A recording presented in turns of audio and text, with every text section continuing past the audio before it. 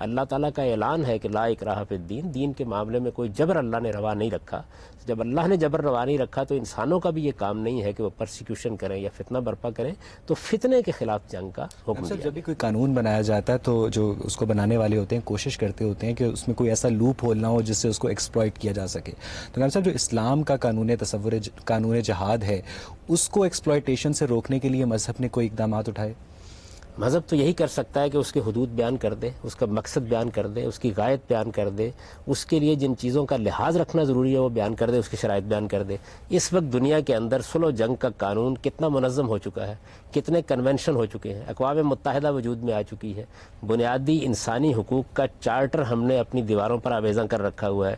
اس سب کچھ کے باوجود دنیا کی بڑی طاقتیں آپ دیکھتے ہیں کہ اپنے مقاصد کے لیے اس کو استعمال کرتے ہیں. آپ یہ تسلیم کرتے ہیں کہ جو اسلام کا تصور جہاد ہے وہ مسلمان حکمرانوں نے اپنے سیاسی مقاصد کے لیے استعمال کیا؟ مسلمان حکمرانوں نے بھی استعمال کیا ہے، مسلمانوں کے مختلف گروہوں نے بھی استعمال کیا ہے، ہر دور میں استعمال کیا ہے، اس زمانے میں بھی استعمال کیا ہے. آپ نے فرمایا کہ جو جہاد کی غرض و غایت یہ ہے کہ وہ قوموں کو سرکشی سے روکنے کے لیے استعمال ہوتا ہے، ظلم کے خلاف، عدوان کے خلاف. اب پیغمبر کی وفات کے بعد آپ مجھے یہ بتائیں کہ مسلمانوں نے جہاد کو اسی اسپرٹ میں کہاں یوز کیا ہے؟ نہیں، مسلمانوں کی تاریخ کے اندر ہر طرح کے واقعات آپ کو مل جاتے ہیں. ملک گیری کے لیے بھی ہوا ہے، اس لیے کہ اس زمانے میں جب بڑی سلطنتیں قائم ہو جاتی تھیں تو فتوحات کا ایک شوق انہیں لاحق ہو جاتا تھا. یہ آپ کہہ سکتے ہیں کہ مال لوٹنے کے لیے بھی ہوا ہے، غارت گری کے لیے بھی ہوا ہے. مجھے وہاں بتائیے جہاں اس جہاد کو اس کی صحیح اسپرٹ میں مسلمانوں نے پیغمبر کی وفات کے بعد استعمال کیا. رسالت مآب صلی اللہ علیہ وسلم اور رسالت مآب صلی اللہ علیہ وسلم کے فوراً بعد صحابہ کرام نے جو جہاد کیا اس کی تو نوعیت ہی بالکل مختلف ہے. وہ ایک خاص قانون پر مبنی ہے. وہ قانون قرآن مجید میں بڑی وضاحت کے ساتھ بیان ہوا ہے. اس میں یہ بتایا گیا ہے کہ جب اللہ کا کوئی پیغمبر کسی قوم کی طرف مبعوث ہو جاتا ہے تو جس قوم پر وہ اللہ کی حجت پوری کر دیتا ہے اس کو دنیا ہی میں سزا دی جاتی ہے. یہ سزا دو صورتوں میں دی جاتی ہے. اگر تو پیغمبر کے ساتھی معتدب تعداد میں ہوں تو ان کی تلواروں کے ذریعے سے دی جاتی ہے. وہ معتدب تعداد میں نہ ہوں یا کوئی دارالہجرت میسر نہ آئے جہاں اس کا اقتدار قائم ہو جائے تو پھر آسمان کا عذاب آ جاتا ہے. لہٰذا اس کی نوعیت تو بالکل مختلف ہے. وہ ایک الہی قانون ہے، اس میں خدا اپنا فیصلہ کرتا ہے، اس کا کسی انسان سے کوئی تعلق نہیں. وہ ہماری شریعت کا بھی حصہ نہیں ہے، وہ اللہ کے قانون اتمام حجت سے متعلق ہے. اس کے بارے میں آپ پوچھنا چاہیں گے تو میں اس کی تفصیلات بیان کر دوں گا. اس کو بھی غلط انٹرپریٹ کیا گیا ہے. اس سے متعلق آیات کو بھی موجودہ زمانے تک لوگ غلط استعمال کرتے ہیں. اس وجہ سے غلط استعمال تو کسی بھی چیز کا ہو جائے گا.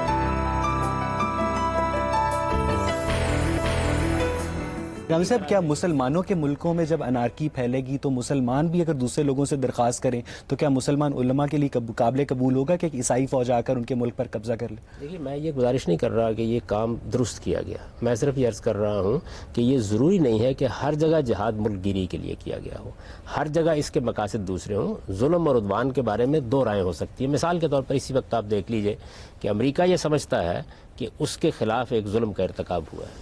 وہ یہ سمجھتا ہے کہ کچھ لوگوں نے دہشت گردی کا ارتکاب کیا ہے. کیا مسلمان بھی یہی سمجھتے ہیں؟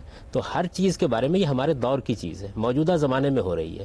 اس وقت دونوں انٹرپریٹیشنز موجود ہیں. آپ کالم پڑھیے، آپ اخباروں کے صفحات دیکھیے، سیاہ کیے جا رہے ہیں. ہر جگہ آپ کو دونوں نقطہ نظر مل جائیں گے. اس وجہ سے میرا خیال یہ ہے کہ ہم مسلمانوں کے اعمال پر گفتگو کرنے کے بجائے، مسلمان تو جیسے اب ہم ہیں پرانے زمانوں میں بھی بیشتر ایسے ہی رہے ہیں. اس سے قطع نظر کر کے ہمیں یہ سمجھنا چاہیے کہ قرآن کا قانون کیا قرآن نے کوئی مہم پیدا کر دی؟ نہیں، آپ نے اپنی کتاب میزان میں بھی لکھا ہے کہ اگر جہاد کی نفیر عام کے باوجود کوئی مسلمان گھر میں بیٹھا رہے تو یہ نفاق سے بھی بڑا جرم ہے. صاحب، یہ تھیوریٹیکلی تو یہ بات درست ہے، لیکن عملی طور پر صورتحال یہ ہے کہ مسلمان بہت سارے فرقوں میں بٹے ہوئے ہیں. اب جب ایک فرقہ جہاد کی نفیر عام دیتا ہے تو لا محالہ دوسرے فرقوں کے مسلمان اس نفیر کے نتیجے میں اٹھ کھڑے نہیں ہوں گے. تو کس طرح ایک فرقہ اپنے آپ کو جسٹیفائی کرے گا اور باقی فرقے اس کی پیروی کریں؟ نہیں، جہاد کی نفیر کوئی فرقہ نہیں کرتا، ریاست کرتی ہے. جہاد کے بارے میں اسلامی قانون یہ ہے کہ یہ ظلم اور عدوان کے خلاف کیا جائے گا. ہر حال میں مسلمانوں کا نظم اجتماعی کرے گا. جہاد کا حکم مسلمانوں کو انفرادی حیثیت میں نہیں دیا گیا. یہ مجھے یا آپ کو جس طرح نماز یا روزے کا حکم ہے اس طرح نہیں دیا گیا. یہ مسلمانوں کی پوری جماعت کو دیا گیا ہے, ان کی کمیونٹی کو دیا گیا ہے. لہٰذا جہاں کہیں ان کا نظم اجتماعی قائم ہوگا, جیسے پاکستان میں ہے, جیسے ایران میں ہے, جیسے سعودی عرب میں ہے, تو وہ نظم اجتماعی فیصلہ کرے گا. ہمارے ساتھ اگر معاملہ ہوا تو ہماری پارلیمنٹ اس کا فیصلہ کرے گی. پارلیمنٹ اگر یہ فیصلہ کرتی ہے کہ ہم اس وقت جنگ کرنے کے لیے مجبور ہو گئے ہیں اور یہ جنگ ظلم اور عدوان کے خلاف ہو رہی ہے, تو ظاہر ہے کہ وہ لوگوں کو اپنی مدد کے لیے بلائے گی اگر ضرورت محسوس کرے گی. اگر ہر فرد کو بلا لیا جاتا ہے تو اس کو نفیر عام کہا جاتا ہے. ہر فرد سے اگر کسی موقع کے اوپر ریاست یعنی مسلمانوں کی حکومت کے علاوہ کسی گروہ کو یہ حق حاصل نہیں ہے کہ وہ جہاد کا اعلان کرے, کسی گروہ کو گروہ حاصل گاندھی نہیں. صاحب تبھی اس کا یہ حق مطلب حاصل پھر ہوگا. یہ ہوا کہ اس وقت فلپائن, تھائی لینڈ, الجزائر, کشمیر, فلسطین, چچنیا, عراق, کہیں ساری جگہ پہ مسلمان جہاں جہاد کر رہے ہیں وہ ایک منظم ریاستی قوت کے بغیر کر رہے ہیں, تو کیا وہ جہاد نہیں ہے؟ اس سے تو فساد پیدا ہو رہا ہے. مسلمان خود نقصان اٹھا رہے ہیں, ان کی جمعیت پارا پارا ہو رہی ہے, ان کے خلاف دوسری قوموں کو ایگریشن کا موقع مل رہا ہے. انہوں نے تو اپنی موت کی دستاویز پر خود دستخط کرنے شروع کر دیے. اس کا اسلام سے کیا تعلق ہے؟ اصل میں ہم مسلمانوں کے ہر فعل کو اسلامی قرار دینے کے عادی ہو چکے ہوئے ہیں. ایک لمبے عرصے سے ہم سیاسی مقاصد کے لیے اسلام کو استعمال کرتے ہیں. اس وجہ سے میری درخواست یہ ہے کہ اسلام کو آپ قرآن و سنت سے سمجھیے. مسلمانوں کے اعمال کا جائزہ لینے کا آپ کو حق حاصل ہے. جیسے میں نے آپ کو مثال دی کہ ہمارے سامنے ایک واقعہ ہوتا ہے. تاریخ آپ جانتے ہیں کہ ایسی چیز نہیں ہے کہ جس کے بارے میں حتمی حجت کے طور پر گفتگو کیا. سقوط مشرقی پاکستان کا سانحہ ہوا, ہمارے سامنے ہوا ہے, ہم نے اپنی آنکھوں سے دیکھا ہے. اس کے باوجود آج تک یہ طے نہیں ہو سکا کہ اس کا ذمہ دار کون تھا, عوامل کیا تھے. ایک شخص ایک کتاب لکھتا ہے, دوسرا دوسری لکھتا ہے, ایک کچھ رازوں سے پردہ اٹھاتا ہے, دوسرا کچھ رازوں سے پردہ اٹھاتا ہے. تو تاریخ میں تو یہ سب معاملات ہوتے رہتے ہیں. آج کے زمانے میں جبکہ ریڈیو ہے, ٹیلی ویژن ہے, ذرائع ابلاغ ہیں, صحافت اتنی منظم ہو چکی ہوئی ہے, اس میں حال یہ ہے. تو آپ جب 1200 سال 1100 سال پہلے کی تاریخ اٹھاتے ہیں تو میرا خیال ہے اس کے بارے میں بھی اتنی حتمیت کے ساتھ گفتگو نہیں کرنی چاہیے. یہاں سے گفتگو کو آڈینس کی جانب لے کے چلتے ہیں. جی آپ پوچھیں. حامد صاحب, جیسے کہ آپ نے کہا کہ دنیا میں جو بھی قوم سرکشی پہ اتر آئے گی اور ظلم و ستم کرے گی اپنی عوام پر یا کسی دوسری قوم پر, تو اس دوران دنیا میں دوسری اقوام کے اوپر اور ان میں سے بہت سی مسلم اقوام کے اوپر یہ لاگو ہو جائے گا یہ فرض کہ وہ جہاد کا اعلان کریں. یہاں سے دو رخ یہ بات اختیار کر لیتی ہے. کیا اقوام متحدہ اور ایسے اداروں کے اس دنیا میں موجودگی میں ایسا کیا جانا کسی طور پہ ممکن بھی ہوگا؟ اور اگر ہم کر دیں گے تو جیسے کہ آپ نے کہا کہ دنیا میں اس وقت جتنے بھی جہاد ہو رہے ہیں وہ غلط ہو رہے ہیں, اور وہ بھی کہیں نہ کہیں انفرادی سطح پر ظلم کے خلاف ہی جنگ ہے. ایک طرف تو ہم کہتے ہیں کہ ظلم کے خلاف جنگ کے لیے آواز اٹھانی چاہیے, اور دوسری طرف ہم کہتے ہیں کہ یہ ظلم کے خلاف اس وقت جو جنگ ہو رہی ہے وہ جہاد نہیں, کیونکہ یہ انفرادی سطح پہ ہو رہا ہے. دیکھیے, جہاد کا ایک پورا قانون ہے. قرآن مجید میں صرف اتنی بات نہیں بیان ہوئی کہ جہاد کریں اور جہاد فرض ہو جاتا ہے. اس میں ایک پورا قانون ہے, اس کے کچھ ضوابط ہیں. اس میں یہ چیز بھی شامل ہے کہ منظم ریاست جہاد کرے گی, اور یہ چیز بھی شامل ہے کہ اگر آپ نے کوئی معاہدات کیے ہوئے ہیں تو آپ اس کی خلاف ورزی نہیں کر سکتے. اقوام متحدہ ایک عالمی ادارے کی حیثیت سے اس وقت وجود پذیر ہو چکا ہے. ہم بھی اس میں شامل ہیں, مسلمانوں کی جتنے ممالک ہیں سب اس کا حصہ ہیں. لہٰذا اس موقع کے اوپر اگر ایسی کوئی صورت پیدا ہو جائے گی تو پھر بین الاقوامی قانون کے اندر ہی سے اس کے راستے نکالے جائیں گے. امریکہ کو جب اس کی ضرورت پڑی ہے, حالانکہ وہ ایک سپر پاور ہے, تو اس نے بھی اقوام متحدہ سے کیا اسلامی ریاستوں میں اگر کوئی ریاست طاقتور موجود ہے دنیا میں اور کہیں ظلم ہو رہا ہے اور جمہوریت نہیں ہے, تو بھی اقوام متحدہ اگر سامراجی قوتوں کے لیے کام کر رہی ہے تو وہ انفرادی سطح پر جہاد کا اعلان کر سکتی ہے؟ کیونکہ آرگنائزیشن آف اسلامک کنٹریز بھی موجود ہے, وہ بھی پلیٹ فارم ہمارے پاس ہے. یعنی یہ تمام اداروں کے ہوتے ہوئے, اتنے معاہدوں کے ہوتے ہوئے, اسلام کے جہاد کے نظریے کو فی الحال نہیں ہونا چاہیے دنیا میں. نہیں, میں آپ سے گزارش کرتا ہوں, دیکھیے ادارے بنتے ہیں, معاہدات کرتے ہیں آپ, ان کی پابندی کرنی چاہیے. اگر کسی موقع پر آپ محسوس کرتے ہیں کہ سرکشی کی ایسی نوعیت وجود میں آ گئی ہے, اس طرح کا ظلم وجود پذیر ہو رہا ہے کہ یہ ادارے اسے روکنے میں کامیاب نہیں ہو رہے, تو آپ اعلانیہ طور پر معاہدے سے نکل جائیں گے. اس کے بعد آپ کو حق حاصل ہے کہ آپ اقدام کریں. اسلام نے صرف آپ کو جہاد کرنے کے لیے نہیں کہا, جنگ کرنے کی محض اجازت نہیں دی. اس کے بعد یہ کہا ہے کہ یہ ایک منظم ریاست کے ذریعے سے ہونا چاہیے, مسلمان اس کا فیصلہ کریں گے. پاکستان کے چند لوگوں کو یہ حق حاصل نہیں ہے کہ وہ یہ فیصلہ کر لیں. اگر یہ فیصلہ کرنا ہے تو یہ قومی مسئلہ ہے, پوری کی پوری قوم کے منتخب ادارے اس کا فیصلہ کرنے کے مجاز ہیں. وہ فیصلہ اس سطح پر کیا جائے گا. پھر اپنی طاقت دیکھنی ہے. جہاد کی فرضیت کے لیے اللہ تعالیٰ نے یہ بات واضح کر دی ہے قرآن مجید میں کہ صحابہ کرام پر بھی اس کی فرضیت میں 1:2 کی طاقت ضروری تھی. یعنی اگر دشمن کے مقابلے میں ان کی طاقت 1:2 کی ہے، آدھی طاقت ہے، تو اس کے بعد اللہ نے ان پر فرض کیا تھا جو قدوسیوں کی ایک جماعت تھی اور جس کو اس وقت کے حالات کے لحاظ سے خود اللہ نے اس کام کے لیے منتخب کیا تھا، تو تاب دیگراں چہ رسد. تو اس وجہ سے یہ بھی دیکھنا پڑے گا کہ آپ کے پاس طاقت کتنی ہے، آپ اس پوزیشن میں بھی ہیں یا نہیں ہے. آپ نے کوئی بین الاقوامی معاہدات تو نہیں کیے ہوئے، اخلاقی اصولوں کی خلاف ورزی کر کے کبھی جنگ نہیں ہوتی. یہ تمام امور دیکھے جائیں گے، اور میں سمجھتا ہوں کہ اس طرح کی قومی تحریکوں کے معاملے میں اور سیاسی مقاصد کے لیے ہونے والی جنگ کے بارے میں اسلام کا نام استعمال بھی نہیں ہونا چاہیے. یہ جو اسلام میں جنگ کے لیے کہا گیا ہے یہ تو خدا کی جنگ ہے، یہ خالص اخلاقی مقاصد کے لیے ہوتی ہے. ظلم ہے، عدوان ہے، زیادتی ہے، فتنہ ہے، پرسیکیوشن ہے. آپ لوگوں کی مدد کے لیے اٹھے ہیں اور پھر منظم ریاست کی سطح پر اٹھے ہیں. آپ کے پاس اتنی طاقت تھی کہ آپ اٹھتے، ورنہ تو آپ فساد پیدا کر دیں گے. تو قرآن مجید نے اس کے لیے تفصیلی احکام دیے ہیں، ایک ایک چیز کو واضح کیا ہے. اس میں جو معاہدات ہوتے ہیں ان کو کب توڑا جا سکتا ہے، توڑنا ہو تو کیسے توڑا جائے گا، اس سب پر بڑی تفصیلی گفتگو کی ہے. تو یہ اتنا آسان معاملہ نہیں ہے کہ آپ یا میں اٹھیں، ایک جتھا منظم کریں اور جہاد کا اعلان کریں. فرماتے ہیں کہ جہاد منظم ریاست ہی کر سکتی ہے. دور حاضر میں ہم دیکھتے ہیں کہ مسلمانوں کی ایسی کوئی بھی ریاست اتنی منظم نہیں ہے کہ وہ دنیا میں مسلمانوں کے خلاف ہونے والے ظلم کے خلاف آواز اٹھا سکیں. یہ ایک اصلی حقیقت ہے. اب ایسے حالات ہم دیکھتے ہیں اور ساتھ میں ہم یہ بھی کہتے ہیں کہ جہاد کا تصور تو یہ ہے کہ ایک گروہ اٹھے اور ظلم کے خلاف، فتنے کے خلاف آواز اٹھائے. اگر جہاد کا یہی حقیقی تصور ہے تو آج امریکہ بطور میرے رائے میں بالکل جہاد کر رہا ہے. اس کے خلاف ظلم ہوتا ہے، وہ آواز اٹھاتا ہے. افغانستان میں، پاکستان کے شمالی علاقہ جات میں، عراق میں حملہ کرتا ہے، اور جنہوں نے ان کے خلاف ان کی رائے میں ظلم کیا ان کے خلاف آواز اٹھاتا ہے. آپ نے بھی فرمایا کہ فتنے کو مٹانے کے لیے طاقت کا ہونا بہت ضروری ہے.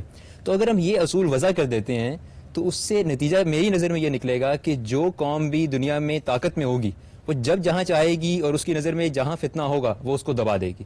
تو کیا طاقتور کا قانون دنیا میں لاگو کیا جا سکتا ہے جہاد کے اس تصور کو پیش کرتے ہوئے؟ یہ بات یہ ہے کہ جنگ کی اجازت تو لازماً آپ کو دینی پڑے گی، حق بھی دینا پڑے گا، ورنہ دنیا کے اندر اتنا ظلم و عدوان پیدا ہو سکتا ہے کہ جس میں کوئی ایک قوم پوری انسانیت کے لیے تباہی کا باعث بن جائے. اسی اصول کے اوپر اس وقت بھی مہذب دنیا میں اس کو مانا گیا ہے. جنگ کے قواعد بنائے گئے ہیں، ضابطے بنائے گئے ہیں. سوال یہ ہے کہ جو ضابطے اور قاعدے اسلام نے بنا دیے ہیں ان کو اگر کوئی آدمی غلط استعمال کرنا چاہے گا تو اس کے لیے دنیا کا ضمیر موجود ہے. آپ نے امریکہ کی مثال دی، وہ اس وقت دنیا میں اگر نکل کھڑا ہوا ہے جنگ کرنے کے لیے تو ایک انٹرپریٹیشن یا تعبیر اس کی ہے، باقی دنیا بھی ایک ضمیر رکھتی ہے. جب اس نے عراق پر حملہ کیا تو پوری دنیا کا ضمیر چیخ اٹھا. آپ یہ جانتے ہیں کہ یورپ میں 10-10 لاکھ لوگ سڑکوں پر آئے، انہوں نے کہا کہ یہ ایک ظالمانہ اقدام ہے جو کیا جا رہا ہے. تو جب بھی آپ کوئی اقدام کریں گے دنیا میں، اس کا فیصلہ بہرحال ایک فرد کو کرنا ہوگا یا ریاست کو کرنا ہوگا یا پوری دنیا کو کرنا ہوگا. اس پر یہ تنقید ہو سکتی ہے، یہ ہوگی. اسلام کیا کرے گا؟ وہ آپ کو یہ کہے گا کہ آپ ایک دن خدا کے سامنے جواب دہ ہونے والے ہیں. اگر آپ غلط فیصلہ کر رہے ہیں تو جو ظلم آپ کرنے جا رہے ہیں یہ ظلم آپ کو قیامت کے دن بھگتنا پڑے گا. وہ یہی کر سکتا ہے، اس کے زیادہ کچھ نہیں کر. تو اس کا مطلب کیا ہم یہ گنیں کہ جہاں جہاں ظلم ہو رہا ہے اور سلطنت کے حکمران جہاد پہ راضی نہیں تو ظلم ہوتا ہی رہے گا اور ہم یہ کہیں گے کہ ہم بروز قیامت حساب لے لیں گے؟ دیکھیے، آپ نے ایک مفروضہ قائم کر لیا کہ ظلم کا ایک ہی طریقہ ہے اور وہ یہ ہے کہ اس کو مٹانے کے لیے آپ جہاد کریں. دنیا کے اندر اس وقت سیاسی مقاصد کو حاصل کرنے کے لیے اور بہت سے چیزیں وجود میں آ چکی ہیں. آپ اپنی قوم کو منظم کریں، آپ عدم تشدد کے اصول پر جدوجہد کریں. یہ 200-250 سال سے جتنے جہاد ہم نے کیے ہیں، مجھے یہ بتائیے اس میں کہیں کوئی ظلم مٹ گیا ہے؟ ظلم بڑا ہے، ظلم و عدوان میں زیادتی ہوئی ہے. آپ نے مسلمانوں پر ظلم کے دروازے کھول دیے ہیں. آپ ایک چھوٹے ظلم کو مٹانے کے لیے اٹھے ہیں، آپ نے بڑے ظلم کے لیے امکانات پیدا کر دیے ہیں. تو اس کا تو کچھ بھی حاصل نہیں ہوا. جب تک آپ کے پاس طاقت نہیں ہے، آپ کے پاس کیا فی الواقع طاقت ہے؟ میں کہتا ہوں کہ ہم یہاں 25-30 لوگ بیٹھے ہوئے ہیں. آپ ہی ذرا بیٹھ کے مجھے بتائیے کہ اس وقت مسلمانوں کی حکومتیں واقعی اس قابل ہیں؟ اس وقت دنیا کے اندر افرادی طاقت کی بنیاد پر جنگ نہیں ہو سکتی، علم کی طاقت کی بنیاد پر جنگ ہوگی. آپ علم میں پیچھے رہ چکے ہیں، آپ کے پاس کچھ بھی موجود نہیں ہے. آپ تو لوگوں سے اسلحہ مانگتے ہیں. آپ جانتے ہیں کہ بعض جنگوں کے موقع پر جب بڑی قوموں نے اسلحے کی سپلائی روک دی یا آپ کو پرزے دینے سے انکار کر دیا تو آپ گھٹنے ٹیکنے پر مجبور ہو گئے. آج راہ کرم ظلم کے خلاف جنگ کرنے سے پہلے یہ بھی دیکھ لیجئے کہ آپ اس پوزیشن میں بھی ہیں یا نہیں ہیں. اس سے پہلے اور بہت سے ذرائع ہیں آپ کے پاس. اپنی قوم کو منظم کریں، اس کی تعمیر کے لیے اقدامات کریں، اس کو دنیا میں کھڑا کریں. آپ یہ دیکھیں ہندوستان میں کیا ہوا. جنگ آزادی کے موقع پر مسلمانوں کو جب اندازہ ہو گیا، مسلمانوں کو بھی ہندوؤں کے بھی، کہ کوئی فتح کے امکانات نہیں ہے، ایک بڑی طاقت سے واسطہ پڑ گیا، آپ کی لیڈرشپ نے اس موقع کے اوپر ایک بڑا غیر معمولی فیصلہ کیا، اور وہ فیصلہ یہ تھا کہ ہم عدم تشدد کے اصول پر جدوجہد کریں گے۔ مہاتما گاندھی نے بھی یہی فیصلہ کیا، قائد اعظم محمد علی جناح نے بھی یہی فیصلہ کیا، اور آپ اس فیصلے کے ذریعے سے سرفرازی کے مقام تک پہنچے، آپ کو ایک ملک ملا۔ جب تک آپ وہ معاملات کر رہے تھے اس وقت تباہی ہی تباہی تھی۔ مجھے یہ بتائیں کہ جتنی جنگیں آپ نے کی ہیں پچھلے 200 سال میں، اس میں فتح کا کیا تناسب ہے آپ کا؟ ٹیپو سلطان کے ساتھ کیا معاملہ ہوا؟ انور پاشا کے ساتھ کیا معاملہ ہوا؟ مہدی سوڈانی کے ساتھ کیا معاملہ ہوا؟ تو آپ اپنی قوم کو کیوں اس تباہی کے کنارے پر پہنچانا چاہتے ہیں؟ میری درخواست یہ ہے کہ جب آپ کے پاس طاقت ہوگی تو آپ جہاد کر لیجئے گا۔ اس وقت تو ضرورت اس بات کی ہے کہ آپ اپنی تعمیر کریں۔ سر فار ایگزامپل ایک سلطنت مان جاتی ہے کہ فلاں جگہ ظلم ہو رہا ہے اور اس کو مٹانا چاہیے، تو وہاں پہ جو موجود مسلمان ہیں، جو وہاں کی سویلین اسٹیٹ ہوگی، اب صرف تلوار اور گھوڑے کا تو زمانہ رہا نہیں ہے، بامبنگ ہوگی، بلاسٹ ہوں گے، تو وہ بھی تو بیچ میں مریں گے، تو اس میں یہ کیسا جہاد ہوگا؟ یہ بات یہ ہے کہ اگر ظلم کو مٹانے کے لیے آپ اقدام کرتے ہیں تو آپ کو ان اخلاقی اصولوں کی پابندی کرنی ہوگی جو قرآن نے بیان کیا۔ ان میں سے ایک اصول یہ بھی ہے کہ آپ نان کمبیٹنٹس کے خلاف کوئی اقدام نہیں کر سکتے، جن کو غیر مقاتلین کہا جاتا ہے، وہ لوگ جو لڑنے کے لیے نہیں نکلے۔ یہ جو اس وقت آپ میس ڈسٹرکشن کے ہتھیار بناتے ہیں، یہ اسلام کے نقطہ نظر سے ایک ظالمانہ اقدام ہے، یہ کسی حال میں جائز نہیں ہے۔ کوئی ایسا ہتھیار بنایا ہی نہیں جا سکتا جس کے ذریعے سے آپ عام شہری آبادی کو تباہ و برباد کر دیں۔ امریکہ نے جو کچھ ہیروشیما اور ناگاساکی پر کیا تھا وہ انسانیت کے خلاف ایک ظلم کا ارتکاب تھا۔ آپ کریں گے تو تب بھی یہ ظلم کا ارتکاب ہوگا۔ لیکن اب تو ایسے ہتھیار بن چکے ہیں، اب یہ تو نہیں ہو سکتا کہ باقی لوگ بامبنگ کریں، ہم لوگ تلوار لے کے نکلے ہوں۔ نہیں، ہم تلوار لے کے تو نہیں نکلیں گے، لیکن اگر اللہ نے ہم کو بصیرت دی ہے اور عقل دی ہے تو ایسے ہتھیار بنائیں گے کہ جو صرف مقاتلین کے خلاف استعمال ہو، اور یہ ہو سکتا ہے۔ یہ کوئی ایسی چیز نہیں ہے کہ یہ مشکل ہے، اصل میں انسانیت اخلاقی حدود سے ماورا ہو کے اقدامات کرتی ہے تو اس طرح کے ہتھیار بنتے ہیں۔ یہ ہماری بھی بدقسمتی ہے کہ ہماری قوم کے اندر اسی طرح کے لوگ ہیرو سمجھے جاتے ہیں، لیکن حقیقت یہ ہے کہ یہ ایک بدترین جرم ہے انسانیت کے خلاف کہ آپ میس ڈسٹرکشن کے ہتھیار بنائیں۔ آپ کو جنگ کے لیے بھی جو قاعدے بتائے گئے ان میں یہ کہ آپ ہر حال میں کمبیٹنٹس کے خلاف کریں گے۔ دیکھیے، جب آپ کسی نان کمبیٹنٹس کے خلاف اقدام کرتے ہیں تو آپ ایک ظلم کا ارتکاب کرتے ہیں۔ یہ البتہ ایک چیز ہے کہ آپ نے اعلان کر دیا، آپ نے لوگوں کو بتا دیا، آپ نے کہا کہ ہم یہاں حملہ کرنے والے ہیں، آپ نے لوگوں کو موقع دیا کہ وہ وہاں سے نکل جائیں، اس کے باوجود اگر کوئی آدمی نہیں نکلا اور وہ اس کی زد میں آ گیا تو یہ قابل معافی ہو سکتا ہے۔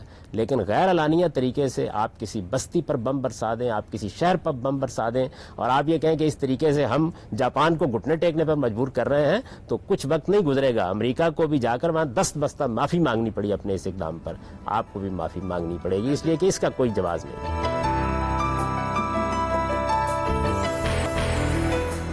ایسا عملی طور پر صورتحال یہ ہے کہ پاکستان کے قبائلی علاقوں میں فضل اللہ جیسے چند قبائلی علماء آخرت میں شہید کے درجات بیان کرتے ہیں، اور جو معصوم مسلمان ہوتے ہیں وہ خودکش حملوں پر آمادہ ہو جاتے ہیں۔ اب ان کے خودکش حملوں کے نتیجے میں امریکہ کو افغانستان میں موجودگی کا جواز مل رہا ہے، اور پاکستان اور افغانستان میں بیک وقت سیکیورٹی رسک بڑھ رہا ہے۔ اب امریکہ افغانستان میں رہتے ہوئے چین کو بھی کنٹین کر رہا ہے، اور وسط ایشیا کی ریاستوں میں اور کیسپین سی میں جو توانائی کے وسائل ہیں ان پر بھی نظریں جمائے بیٹھا ہے۔ تو غامدی صاحب، کیا یہ جو لوگ خودکش حملے کر رہے ہیں یہ انڈائریکٹلی امریکہ ہی کے مفادات پورے نہیں کر رہے؟ میرا بھی خیال یہ ہے کہ ایسا ہی کر رہے ہیں۔ انہوں نے اس کا موقع فراہم کر دیا امریکہ کو کہ وہ آئے، اپنے پاؤں پھیلائے، ہمارے وسائل پر قبضہ کرے، دنیا میں جو طاقتیں پیدا ہو سکتی تھیں اور جن کے ذریعے سے کچھ توازن پیدا کیا جا سکتا تھا ان کے لیے امکانات کو کم سے کم کر دے، اور یہ اس بات کو سمجھنے کے لیے تیار نہیں ہے کہ خود ان کی اپنی ریاست اس سے کس طرح کمزور ہو رہی ہے۔ اس لیے کہ پاکستان کی ریاست تو ہمارے پاس ایک مقدس امانت ہے، یہاں ایک باقاعدہ نظم قائم ہے، اس نظم کے تحت ہمیں اقدامات کرنے چاہیے۔ ان لوگوں نے تو یہ کیا کہ بغاوت کا ارتکاب کیا، انہوں نے نظم ریاست کو توڑ دیا، اپنے طور پر فیصلے کرنا شروع کر دیے، اور اس سے پوری امت مسلمہ خطرے میں آ گئی ہے۔ ان کو اگر فرض کیجئے کہ امریکہ کے خلاف جنگ کرنی تھی تو پھر کوئی جزیرہ تلاش کرنا چاہیے تھا جہاں یہ امریکہ کے خلاف جا کے جنگ کرتے۔ جب یہ مسلمانوں کی سرزمین پر پاکستان میں یا کسی اور جگہ جنگ کریں گے اور وہاں مسلمانوں کی ایک ریاست قائم ہے، تو سوال یہ ہے کہ کیا ہم سے پوچھا ہے؟ کیا قوم نے فیصلہ کیا ہے؟ ہم نے ان کو اجازت دی ہے؟ آپ یہ کیسے کر سکتے ہیں کہ آپ ایک اقدام کریں جس کے نتائج امت کے لیے خطرناک ہوں، قوم کے لیے خطرناک ہوں، انسانیت کے لیے خطرناک ہوں؟ علاقہ جات میں جو اس وقت آپریشن کر رہی ہے آرمی، وہ درست ہے؟ بدقسمتی یہ ہے جی کہ ایسا موقع نہ آتا تو بہت اچھا ہوتا. اس کی وجہ یہ ہے کہ اپنے ہی لوگوں کے خلاف آپریشن کرنا کوئی آسان کام نہیں ہوتا. اس کے بارے میں ہم گفتگو کر سکتے ہیں. اس کا تعلق اصل میں اسٹریٹجک معاملات سے ہے کہ اس موقع کے اوپر ہمیں آپریشن کرنا چاہیے, اپنے ان بھائیوں کو سمجھانا چاہیے. مجھ سے اگر آپ ذاتی طور پر پوچھیں تو میں یہ سمجھتا ہوں کہ پہلا کام یہ کرنا چاہیے تھا کہ ہمارے ملک میں جن لوگوں پر وہ اعتماد کرتے ہیں ان لوگوں کو درمیان میں لایا جاتا, ان کے ساتھ بات کی جاتی, ان کو ایک میز پر بٹھایا جاتا. وہ ہمارے بھائی ہیں اور مخلصانہ جذبے سے یہ کام کر رہے ہیں. ان کی رائے غلط ہے, ان کی تدبیر غلط ہے, ان کو ہم بٹھاتے اور بٹھا کر یہ کہتے کہ از راہ کرم آپ قوم ملک کے لیے خطرہ نہ پیدا کیجیے, آپ اس مملکت کے لیے خطرہ پیدا نہ کیجیے, آپ امت مسلمہ کے لیے خطرہ پیدا نہ کیجیے. مسئلہ تو یہ ہے کہ یہ وہ لوگ ہیں جیسے طالبان جن کو کچھ اسلامی ممالک کی ایجنسیوں نے اپنے وسائل کے ذریعے تیار کیا تاکہ سوویت یونین کو کنٹین کیا جا سکے. اب یہی لوگ ان کے قابو سے باہر ہو گئے ہیں اور امریکہ کے خلاف انہوں نے جہاد کا اعلان کر دیا ہے. تو غامی صاحب, جن لوگوں کو ان اسلامی ممالک نے خود تیار کیا تھا تو کیا ان کے اوپر ان کو تیار کرنے کی ذمہ داری لاگو نہیں ہوتی؟ امریکہ نے بھی تیار کیا, مسلمان ملکوں میں سے بعض نے ان کی سرپرستی کی. اس وقت پاکستان کی حکومت نے بھی یہ غلط فیصلہ کیا. میں تو اس زمانے میں بھی بار بار توجہ دلا رہا تھا کہ خدا کے لیے یہ کام نہ کیجیے. جب آپ مذہبی بنیادوں پر تنظیمیں بنائیں گے اور ان کے ہاتھ میں ہتھیار دیں گے اور ان کو اپنے مقاصد کے لیے استعمال کریں گے تو آپ اصل میں پاکستان کی بنیادوں میں ٹائم بم رکھ دیں گے. آپ کو اندازہ نہیں ہے کہ اس کے نتائج کیا نکلیں گے. آپ ان کو آج ایک ہدف دے رہے ہیں لیکن یہ جب مذہبی جذبے کے ساتھ اس میدان میں اتریں گے تو کل اپنے اہداف خود طے کریں گے, یہ آپ سے نہیں پوچھیں گے. میں نے تو بار بار اس جانب توجہ دلائی, اسی وجہ سے بار بار یہ کہا کہ اسلام میں اس کی کوئی گنجائش نہیں ہے کہ آپ تنظیموں اور جماعتوں اور گروہوں کے ذریعے سے جہاد کریں. حکومت پاکستان کو فیصلہ کرنا ہے. امریکہ اور اس کے اتحادیوں نے, سوویت یونین نے جب افغانستان پر حملہ کیا, جو وہاں جدوجہد کی, اس کو آپ جہاد نہیں سمجھتے؟ بالکل نہیں سمجھتا. میرے نزدیک اس موقع کے اوپر بدقسمتی سے ہمارے مذہبی لوگ استعمال ہوئے, اعلی کار بنے. امریکہ نے اس سے اپنے مقاصد حاصل کیے. آپ اندازہ کیجئے نا کیا کیا انہوں نے. یعنی سوویت یونین کو بحیثیت ایک سپر پاور کے دنیا سے مٹانے کے لیے ہتھیار خود دیے, روپیہ خود دیا اور لوگ ہمارے استعمال کر لیے. اور ہم یہ خیال کرتے رہے کہ ہم اس کے ذریعے سے اسلام کی فتح کا جھنڈا لہرا رہے ہیں.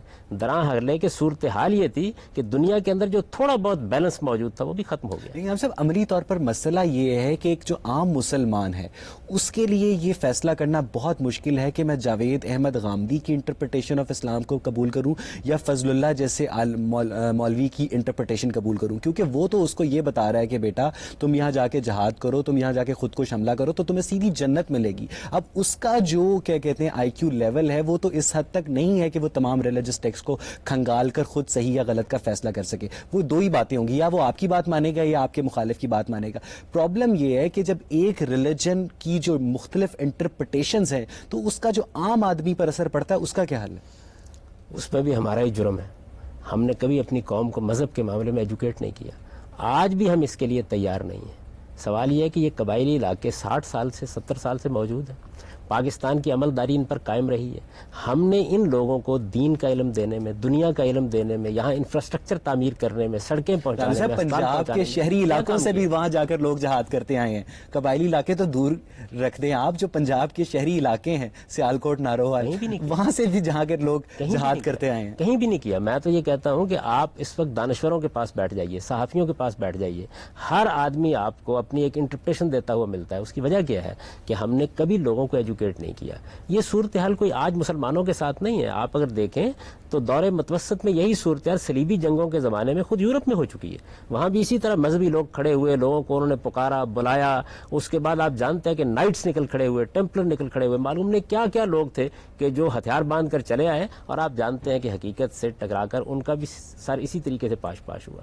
تو اصل میں حقائق کو سمجھانا, یہ بتانا کہ اس وقت دنیا کہاں کھڑی ہے, ہمیں کس طرح معاملات کرنے چاہیے, ہمیں اس وقت اگر سرفرازی حاصل کرنی ہے تو اس کا طریقہ کیا ہے, دنیا کی بڑی طاقتوں کے ساتھ معاملہ کرنا ہے تو اس کا طریقہ کیا. ہم نے کبھی ایجوکیٹ ہی نہیں کیا. صرف دینی کے معاملے نہیں, دنیا کے معاملے میں بھی ہم نے کبھی ایجوکیٹ نہیں کیا. ہمارے ہاں تو اب کچھ تھوڑا بہت آگے میڈیا آزاد ہوا ہے, پرائیویٹ میڈیا آیا ہے, تو یہ باتیں ہم کرنے لگے ہیں اور کچھ لوگوں تک پہنچ رہی ہیں. ورنہ آپ دیکھیں کہ آپ نے اپنی قوم کی تعمیر کا اور اپنی قوم کی تعلیم کا اور تربیت کا کیا بندوبست کیا ہے, یہ کبھی ہم نے کیا نہیں. اس کے بعد میرا خیال ہے کہ مسئلہ پھر وہی آ جاتا ہے کہ جو لوگ فضل اللہ جیسے مولویوں کے پیروکار ہیں, جو ان کے پیروکار ہیں, وہ آپ کے پیروکاروں کو یا آپ جیسے خیالات رکھنے والوں کو کفار قرار دیتے ہیں, ان کے اوپر کفر کے فتوے عائد کرتے ہیں, جس سے ایک انٹرنل جو کوہیشن ہے وہ متاثر ہو رہی ہے. اب تعلیم کون دے گا؟ اس پرابلم کا کیا حل ہے؟ کیونکہ تعلیم تو اسٹیٹ دے گی اور اسٹیٹ پولرائزڈ ہے.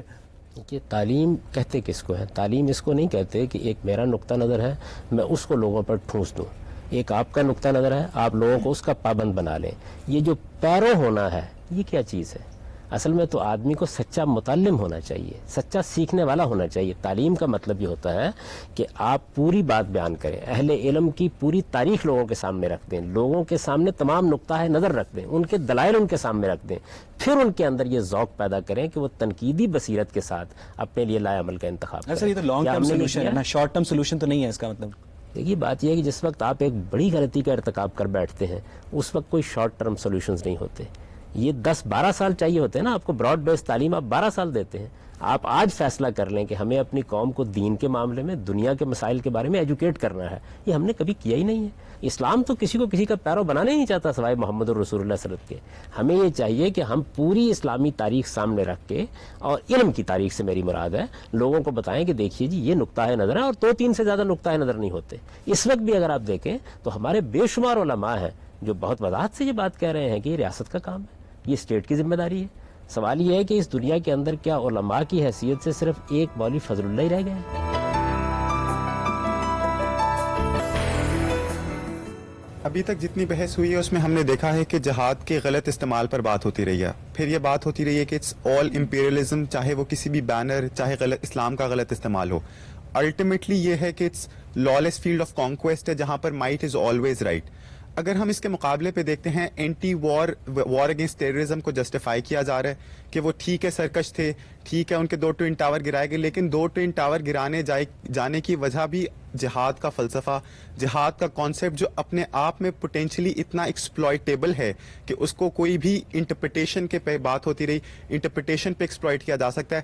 اگر ہم اس سے ایک قدم آگے بڑھیں، اور ہم پہلے بات ہوتی رہی کہ یو این ہے، اسلامک آرگنائزیشن ہے، یو این ہم اینٹی وار فلسفی کو پروموٹ کریں کیونکہ اہل مغرب پہ آگے ہم پہ بہت ساری تشویشات ہیں کہ ہم ایک تشدد پسند قوم ہیں.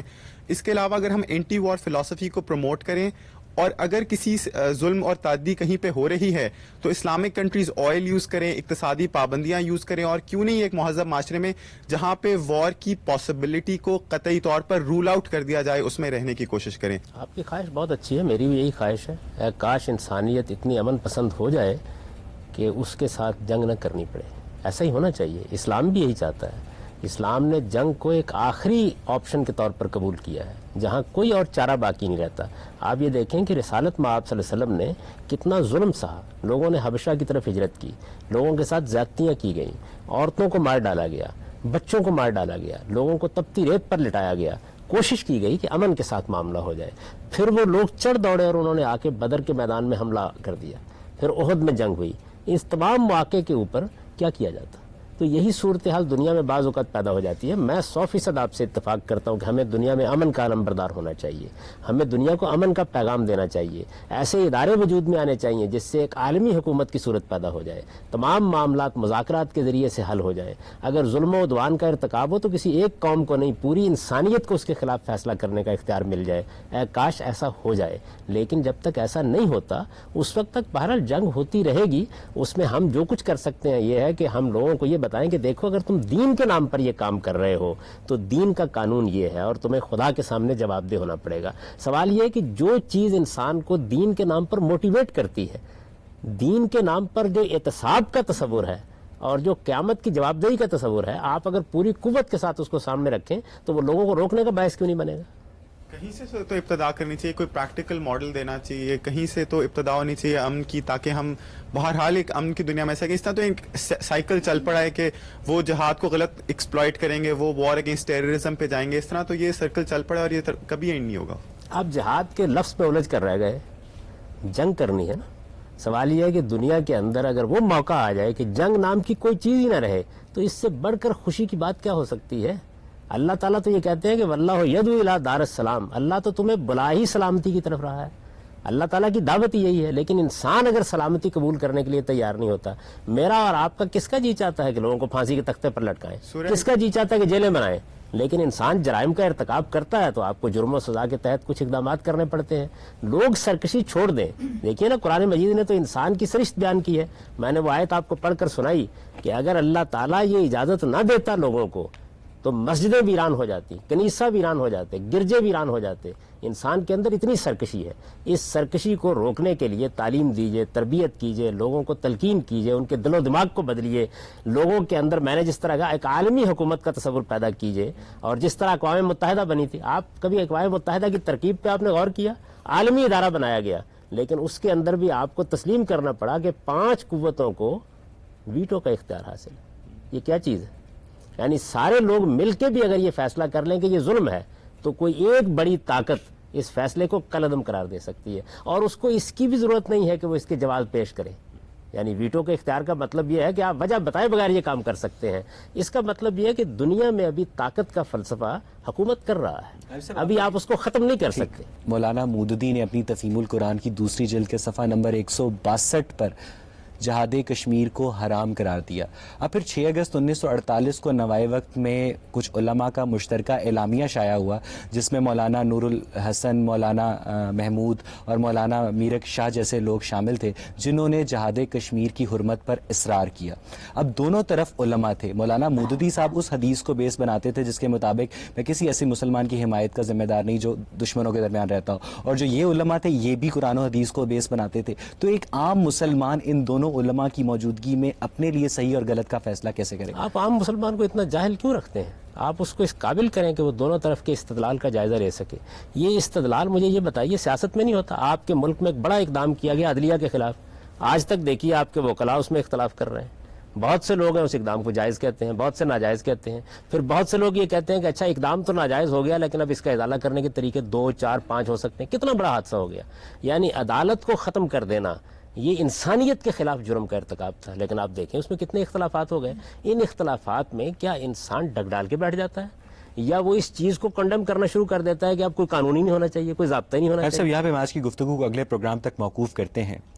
ناظرین، آج کی بحث کے بعد ہم یہ سامنے آیا کہ مذہب جہاد کی اجازت صرف 2 صورتوں میں دیتا ہے، ایک ظلم و عدوان کے خلاف اور دوسرا پیغمبر کی جانب سے اتمام حجت کے بعد منکرین حق کے خلاف. اب سلسلہ نبوت کے خاتمے کے بعد ایک منظم سیاسی حکومت کے زیر سایہ رہتے ہوئے مسلمان ایک خاص حربی قوت حاصل کرنے کے بعد ظلم و عدوان کے خلاف جہاد کا اعلان کر سکتے ہیں، مگر کسی فرد یا گروہ کو انفرادی سطح پر جہاد کا اعلان کر کے معصوم انسانوں کی زندگیوں سے کھیلنے کا کوئی حق حاصل نہیں. مختلف گروہوں کی جانب سے مفادات کی جنگ کو جہاد کا نام دینا نہ صرف دنیا میں مذہبی کشیدگی کا باعث بنتا ہے، بلکہ افغانستان، عراق، وزیرستان اور فلسطین کے ساتھ ساتھ میڈرڈ، لندن، نیو یارک اور بالی میں بھی معصوم بچوں کو ان کے والدین سے جدا کرتا ہے. اگلے پروگرام میں ہم آج ہی کی گفتگو کو اپنے شرکاء اور محترم جاوید احمد غامدی کے مابین جہاد کے حوالے سے جاری رکھیں گے، مگر تب تک کے لیے مجھے اور پروگرام غامدی کی پوری ٹیم کو اجازت دیجیے. خدا. اس کی یہ جستجو ختم ہوگی کبھی؟ غامدی. السلام علیکم. پروگرام غامدی میں خوش آمدید. ناظرین، پچھلے پروگرام میں ہم نے مذہب میں تصور جہاد کے بنیادی اور اطلاقی پہلوؤں کے حوالے سے جس بحث کا آغاز کیا تھا، آج ہم اس پہ اپنے شرکاء اور محترم جاوید احمد غامدی کے مابین گفتگو کو مزید آگے بڑھائیں گے اور دیکھیں گے کہ کیا مذہب کا تصور جہاد 7ویں صدی کے جنگجو عربوں کی عسکری جبلتوں کی تسکین کے لیے وضع کیا گیا؟ کیا جیتنے کی صورت میں مال غنیمت اور ہارنے کی صورت میں شہادت کا تصور صرف جنگی مقاصد کی بجا آوری کرتا ہے؟ اور پھر موجودہ دنیا میں ایران، عراق، فلسطین، فلپائن، ازبکستان اور پھر پاکستان، کیا وجہ ہے کہ سب سے زیادہ مسلح تحریکیں اسلام کے نام پر جاری ہیں؟ اگر مسلمان جہادیوں کی اکثریت خودکش حملوں، نعروں اور پھر مرحوم سوویت یونین کے چور بازاروں سے خریدے گئے ہتھیاروں کے ذریعے مغربی تہذیب کو بھسم کرنا چاہتی ہے، تو پھر کیا مغرب کا حفظ ما تقدم کے طور پر مسلمانوں کے خلاف دفاعی اور جارحانہ اقدامات کرنا منطقی طور پر درست نہیں؟ یہی بحث ہمارے آج کے اس پروگرام کا موضوع گفتگو ہے. غامدی صاحب، ایک عالم کے غلط استدلال کو صحیح مان کر کچھ مسلمانوں کا گروہ ایک خاص علاقے میں جہاد کرنے چل پڑتا ہے اور وہاں کے جو سویلینز ہیں ان کی کارروائیوں کے نتیجے میں ہلاک ہو جاتے ہیں، تو ان معصوم سویلینز کو جو مسلم بھی نہیں ہیں، کیا مسلم ریاست یا آخرت میں کوئی کمپنسیشن دینے کا کوئی انتظام مذہب کرتا ہے؟ تو خدا کا کامل انصاف میسر آ جائے گا، اس میں تو ظالم کیفر کردار کو پہنچیں گے. اللہ تعالیٰ ہر مظلوم کے ساتھ جو کچھ ہوا اس کا ازالہ کرے گا. آخرت تو اللہ تعالیٰ کے کامل انصاف کے ظہور کا دن ہے، لیکن ہم دنیا میں بھی بہت کچھ کر سکتے ہیں. ہم اس طرح کے لوگوں کی غلط تقریروں، غلط تحریروں، غلط خطبات کے مقابل میں ایک صحیح بات کہہ سکتے ہیں؟ ہم اپنے میڈیا کو استعمال کتنا کیا ہم نے؟ مجھے یہ بتائیں کہ اس 4-5 سال کے عرصے کے دوران میں کیا ہم نے اسلام کے قانون جہاد کی یہ تفصیلات لوگوں کے سامنے رکھی ہیں، ان کو ایجوکیٹ کرنے کی کوشش کی ہے؟ ہمارا مسئلہ یہ ہے کہ مذہب کا جب انتہائی غلط استعمال ہوتا ہے تو تب ہمیں یاد آتا ہے کہ مذہب بھی کوئی قابل اعتنا چیز ہے۔ امن کے حالات میں کوشش کیجئے کہ آپ لوگوں کی مذہبی تعلیم کا اہتمام کریں۔ ٹھیک، آپ پوچھیے۔ غامدی صاحب، میرا سوال یہ ہے کہ آپ نے کہا ہے کہ جہاد کرنے سے پہلے آپ کا علم مکمل ہونا چاہیے، ہم علم میں پیچھے ہیں، تو اس کا مطلب تو یہ ہے کہ حضور پاک صلی اللہ علیہ وسلم کے زمانے میں جب ہمارے پاس صرف قرآن پاک تھا تب پوری دنیا کو فتح کیسے کیا گیا؟ تو کیا اسلام اس قدر کمزور ہو گیا؟ یہ بات یہ ہے کہ اسلام کمزور نہیں ہوا، مسلمان کمزور ہو گئے ہیں، اور مسلمانوں کو اپنی کمزوری کا ازالہ کرنا چاہیے۔ رسالت مآب صلی اللہ علیہ وسلم کے زمانے میں یہ ٹیکنالوجی نہیں تھی، یہ علم نہیں تھا، اس طرح طیارے آسمان سے بم نہیں برساتے تھے، اس وقت تیر تفنگی ہوتے تھے، 4 تلواریں آپ کے پاس ہیں۔ تعلیم تو اس وقت بہت کم تھی، آج کی نسبت اس وقت تعلیم بہت کم تھی، ایٹم بم نہیں تھا اس وقت، لیکن پھر بھی جہاد کیا گیا، پھر بھی پوری دنیا کو فتح کیا گیا۔ تو آج اسلام کو کیا ہو گیا؟ آج قرآن مجید کو کیا ہم ہدایت، جو دونوں جہانوں کے لیے ہدایت ہے، تو کیا ہم قرآن مجید کو ہم علم کے ساتھ کمپیئر نہیں کر رہے؟ ہم قرآن مجید کو صرف تعلیم سمجھ رہے ہیں اور دنیاوی تعلیم کو ہم سمجھ رہے ہیں کہ وہ اصل علم ہے۔ مجھے اجازت دیجیے کہ میں آپ کے سوال کا جواب دوں۔ دیکھیے، قرآن مجید نے جو علم ہمیں دیا ہے وہ آخرت میں کامیابی کے لیے جو چیزیں ضروری ہیں اس کا علم ہے۔ اس نے ہمیں ہتھیار بنانے نہیں سکھائے، اس نے ہمیں اقتصادی ترقی کے گر نہیں بتائے۔ قرآن مجید دونوں جہان کی فلاح بتاتا ہے اس مقصد کے لیے کہ آپ اپنے اخلاق کو پاکیزہ بنائیں۔ یہ قرآن کا موضوع ہے۔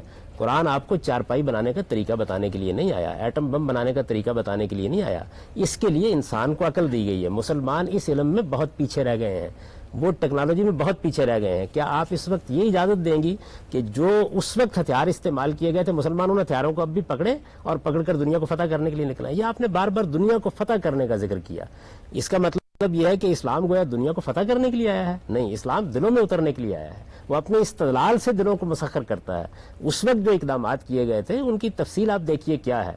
رسالت مآب صلی اللہ علیہ وسلم پر اللہ تعالیٰ نے اپنا کلام اتارا، ایک پیغمبر کی حیثیت سے آپ نے اپنی اللہ کی حجت تمام کر دی، اس کے بعد لوگوں کو سزا دی گئی، وہ خدا کا فیصلہ تھا۔ ہمارے لیے جو قانون ہے وہ یہ ہے کہ ہمیں اپنی طاقت بھی میسر کرنی ہے، زمانے کا علم بھی حاصل کرنا ہے، اور اس کے بعد ظلم کے خلاف جنگ کرنی ہے۔ یہ بار بار فتح کا لفظ نہ استعمال کیجیے، یعنی ملک گیری کے لیے اور دولت لوٹنے کے لیے اور ملکوں کو تسخیر کرنے کے لیے جہاد نہیں کیا جاتا۔ جہاد اللہ کی راہ میں جنگ ہے ظلم اور عدوان کے خلاف، وہ انسانیت کو ظلم سے بچانے کے لیے کی جاتی ہے، نہ کہ فتح کے نام پر ظلم کرنے کے لیے کی جاتی ہے۔ تو مسلمان کمزور ہو چکے ہیں، آخری درجے کی پستی میں گر چکے ہیں، اخلاقی لحاظ سے اتنے پست ہیں کہ آپ مسلمان کی بنائی ہوئی دعا کے بارے میں اعتماد نہیں آج کر سکتے۔ ذرا دیکھیے تو صحیح آپ کے بازاروں میں کیا ہوتا ہے، جھوٹ ہم بولتے ہیں، بددیانتی ہم کرتے ہیں، کم ہم تولتے ہیں، ملاوٹ ہم کرتے ہیں، دھوکہ ہم دیتے ہیں، فریب ہم کرتے ہیں۔ اس معاملے میں ہمارا کمال ہے دنیا کے اندر۔ آپ دیکھیے ہماری عزت کیا رہ گئی ہوئی ہے۔ اس صورتحال میں خدا آپ کی مدد کرے گا؟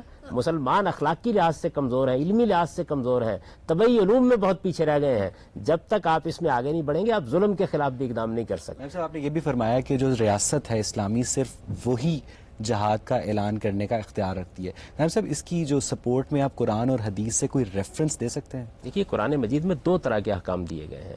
ایک احکام وہ ہے جن کا مخاطب فرد فیضیت فرد ہوتا ہے، ایک احکام وہ ہوتے ہیں جن کا مخاطب کبھی فرد نہیں ہوتا، وہ ہمیشہ اجتماع ہوتا ہے۔ اس کی مثال حدود کے احکام ہے۔ مثال کے طور پر بتایا گیا ہے کہ آپ مجرموں کو یہ سزائیں دیں، تو کیا میں آپ کو اور یہ سزا دے سکتا ہے؟ یہ بات تو اصل میں دنیا کے مسلمات میں سے ہے، اس لیے قرآن کو اسے بیان کرنے کی ضرورت نہیں تھی کہ جو احکام کسی جماعت کو بحیثیت جماعت دیے جاتے ہیں ان پر فرد کو عمل کرنے کا حق نہیں ہوتا، کر ہی نہیں سکتا ان کے اوپر۔ نہ میں کسی جو مجرم کو سزا دے سکتا ہوں نہ آپ دے سکتے ہیں۔ میں اپنے سامنے قتل ہوتے دیکھ لوں، اپنے سامنے بدکاری ہوتے دیکھ لوں اور میں قرآن کی آیت پڑھ کے اس کا نفاذ کر دوں گا اس کے اوپر؟ نہیں، مجھے یہ بتانا پڑے گا۔ چنانچہ ہمارے جتنے علماء اور محققین ہیں سب نے اس کو اسی طرح سمجھا ہے۔ دنیا بھر میں ایسا ہی ہوتا ہے کہ جب اجتماعی زندگی سے متعلق احکام دیے جاتے ہیں تو ہمیشہ نظم اجتماعی کے ذریعے سے روبہ عمل ہوتے ہیں، اور رسالت مآب صلی اللہ علیہ وسلم نے اس کو واضح بھی کر دیا۔ آپ نے بتا دیا کہ یہ جو قتال ہے یہ ہمیشہ مسلمانوں کے امام کے تحت ہوگا، اس کی سفر میں ہوگا، یہ اس کے بغیر نہیں ہو سکتا۔ غام صاحب ویسٹرن اورینٹلسٹس کے نزدیک جو اسلام میں جہاد یا قتال کا تصور ہے وہ ہمیشہ سے فساد کا باعث بنتا ہے، کیونکہ تاریخ شاید ہے کہ کبھی جنگ سے امن قائم نہیں ہوا. تو کیونکہ ہم سب فرائڈ بھی کہتا ہوتا تھا کہ جو امن ہے وہ اصل میں 2 جنگوں کا درمیانی وقفے کا نام ہے. تو کہ صاحب میرا سوال یہ ہے کہ جو اسلام کا تصور جہاد ہے وہ 7ویں صدی کے عربوں کی عسکری جبلتوں کی تسکین کے لیے وضع کیا گیا تھا، کیونکہ گاندھی صاحب 21ویں ریاست میں بھلے عملی طور پر نہ صحیح لیکن نظریاتی طور پر ایک جدید قومی ریاست دوسری جدید قومی ریاست کی سرحدوں کا احترام کرتی تھی، جس کا اس دور میں کوئی امکان جس کا ہمیں کوئی مثال نہیں ملتی. یہ بات یہ ہے کہ اگر اسلام نے یہی کرنا تھا تو پھر ان کی اور بھی بہت سی جبلتیں تھیں جس کی تسکین کر دینی چاہیے تھی. پھر اتنے حدود قیود وضع کرنے کی کیا ضرورت تھی؟ اتنی اخلاقی پابندیاں لگانے کی کیا ضرورت تھی؟ یعنی قرآن مجید کے قانون کا اگر آپ مطالعہ کریں تو اس نے اصل میں انسان کے اندر جو جنگ کرنے کے داعیات موجود ہیں ان کی اصلاح کی ہے.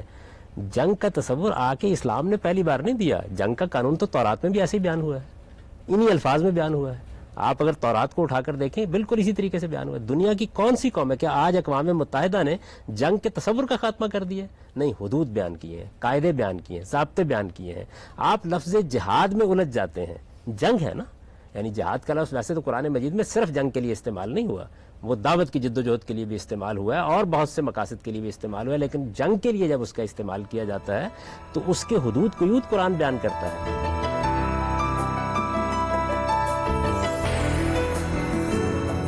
سر بار بار ہم جہاد کا مفہوم یہ بیان کر رہے ہیں کہ جہاد ظلم کے خلاف جد و جہد کا نام ہے.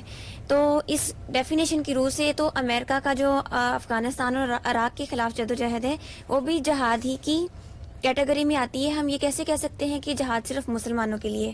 اور اس ڈیفینیشن کی روح سے ایک اور بات کنکلوڈ ہوتی ہے کہ ہم کیسے جسٹیفائی کر سکتے ہیں کہ یہ قوم جو ہے واقعتاً ظلم کے خلاف ہی جد و جہد کر رہی ہے. ہم نے یہ کبھی نہیں کہا کہ جہاد کا حکم صرف ہمیں دیا گیا ہے، دنیا میں ہمیشہ سے موجود رہا ہے. یہود کے ہاں بھی موجود رہا ہے، مسیحیوں کے ہاں بھی موجود رہا ہے. تورات میں اس کا پورا قانون بیان ہوا ہے اور ہر جگہ اس کا جواز تسلیم کیا گیا ہے. میں نے تو عرض کیا کہ اس وقت اقوام متحدہ بھی تسلیم کرتی ہے اس کو. اگر کہیں ظلم و عدوان ہوتا ہے تو وہ بھی آپ کو جنگ کی اجازت دیتی ہے. خود اقوام متحدہ کے حکم کے تحت فوجیں بھیجی جاتی ہیں. افغانستان میں ایسا ہی ہوا ہے. افغانستان میں امریکہ اس طرح نہیں گیا جس طریقے سے وہ عراق میں گیا ہے. یہاں اقوام متحدہ کی اجازت سے اس نے اقدام کیا ہے. ظلم کے معاملے میں بھی یہی طریقہ ہے کہ دنیا میں ایسے بین الاقوامی ادارے بنے کہ اگر کہیں یہ صورت پیدا ہو گئی ہے تو معاملہ ان کے سامنے آئے، دنیا کی قومیں مل کے فیصلہ کریں، ساری قومیں ایک دوسرے کے ہاتھ میں ہاتھ دیں. جو بات ہم کہتے ہیں وہ صرف اتنی ہے اور ہمیں بڑے فخر کے ساتھ یہ بات کہنی چاہیے کہ ہمارے دین نے ہمیں حکم دیا ہے کہ اگر کسی جگہ ظلم اور عدوان ہو تو اس کو مٹانے کے لیے تم جان قربان کرنے کے لیے تیار ہو جاؤ. یہ تو بڑے فخر کی بات ہے. یعنی یہ چیز کیا دنیا سے جنگ ختم ہو گئی؟ یہ بالکل ایسے بات ہو رہی ہے جیسے دنیا میں کوئی جنگ نہیں کرتا تھا، جنگ حرام سمجھی جاتی تھی. اسلام آیا تو اس نے جنگ کی اجازت دے دی. دنیا میں جنگ ہو رہی تھی، اس جنگ کو قانون قاعدے کا پابند کیا ہے اللہ تعالیٰ نے، ضابطوں کا پابند کیا، اخلاقی حدود کا پابند کیا ہے. یہ انسانیت پر بہت بڑا احسان ہے. یہ تو ہماری بدقسمتی ہے کہ ہمارا غلط چیز کو غلط طریقے سے بیان کر دیتے. ہم سب آج کے دور میں جو یہ ہم دیکھتے ہیں وار اگینسٹ ٹیررزم، کیا آپ اس کو جہاد کے زمرے میں رکھتے ہیں یا نہیں؟ یہ بڑی مشتبہ جنگ ہے. اس جنگ کے اگر آپ عوامل کا ذکر کریں تو آج تک یہ متعین نہیں ہو سکے. یہ جس طریقے سے شروع کی گئی اس میں بھی بہت سے سوالات پیدا ہوتے ہیں. یہ اصل میں تاریخ کا مسئلہ ہے، ہمارے سامنے پورے حقائق نہیں ہوتے. ابھی تک تو یہ بحث ہو رہی ہے کیا ٹوین ٹاورز پر حملہ واقعی ان لوگوں نے کیا تھا یا نہیں کیا تھا. اس وجہ سے اس میں اگر کوئی فتویٰ دے دوں گا تو کس بنیاد پر دے دوں گا؟ میں اصول کی بات کر سکتا ہوں، اور اصول کی بات یہ ہے کہ اگر اس طرح کا ظلم مسلمانوں نے کیا ہے اور امریکہ اس پر مطمئن ہے دل کی گہرائیوں سے اور اپنے ضمیر میں مطمئن ہے اور انسانیت مطمئن ہے تو ان کو جنگ کرنے کا حق حاصل ہے. صاحب اب مزے کی بات یہ ہے کہ پوری دنیا میں مسلمانوں کے علاوہ کوئی ایسی قوم نہیں ہے جو اس طرح ببانگ دہل اعلان کرتی ہو کہ ہم مغربی تہذیب کو بھسم کر دیں گے، اور وہ اس مغربی تہذیب کو بھسم کرنے کے لیے مرحوم سوویت یونین کے چور بازاروں سے خریدے گئے ہتھیاروں کا سہارا لیتی ہے جو بھی مغرب نے بنائے ہوتے ہیں. تو جناب صاحب جب مغرب کہتا ہے کہ اچھا یہ تو اعلان کرتے پھر رہے ہیں کہ یہ تو ہمیں تباہ کر دیں گے، تو جناب صاحب پھر جو مغرب دفاعی اور جارحانہ اقدامات کرتا ہے حفظ ماتقدم کے طور پر، تو کیا وہ منطقی طور پر درست نہیں ٹھہرتے؟ میں تو مسلمانوں کی اس بدقسمتی پر روتا ہوں. میں یہ کہتا ہوں انہیں ایسا نہیں کرنا چاہیے، یہ اس کا موقع ہی نہیں ہے. اس وقت انہیں اپنی ساری قوت اپنی تعمیر پر انہیں امن خریدنا چاہیے، ہر قیمت پر امن خریدنا چاہیے. امن اس وقت مغربی قوموں کی نہیں، ہماری ہم مسلمانوں کی ضرورت ہے. ہمیں سب سے بڑھ کر دنیا میں پرامن قوم ہونا چاہیے تاکہ دنیا میں ہمارے لیے راستے بند نہ ہو جائیں. ہم دنیا کے ممالک میں جائیں، علوم حاصل کریں، ہمارے بچے جائیں، تعلیم پائیں، اپنے آپ کو اس جگہ کھڑا کریں جہاں وہ دنیا کے اندر سرفرازی پا سکیں. اور پھر دوسری بڑی بات یہ ہے کہ ہم تو اخلاقی لحاظ سے انتہائی پست ہیں. باقی چیزوں کے لیے تو کوئی محنت کرنے کی ضرورت ہے، اپنی اخلاقی تعمیر کے لیے کیا کرنا ہے؟ ہمیں خود احتسابی کرنی چاہیے. میں نے آپ سے عرض کیا کہ اللہ تعالیٰ نے بالکل واضح کر دیا یہ بات کہ جو قوم اخلاقی لحاظ سے پست ہوگی وہ اس کی کبھی مدد نہیں کرے گا. مسلمانوں کو غور کرنا چاہیے کہ پچھلے 200 سال میں جو جنگیں انہوں نے کیا ان کا نتیجہ کیا نکلا ہے. یہ کوئی راستہ ہی نہیں ہے. اس راستے پر مسلمانوں کو متنبع کرنا, توجہ دلانا, انہیں اس سے نکالنا اور تعمیر کے راستے پر ڈالنا, یہ میری زندگی کا مشن ہے. اور غامدی صاحب ویسے بھی اب براک اوباما کی فتح نے یہ ثابت کر دیا کہ امریکی افوام نے بش کی جو جنگی پالیسیاں تھیں ان کو مسترد کر دیا.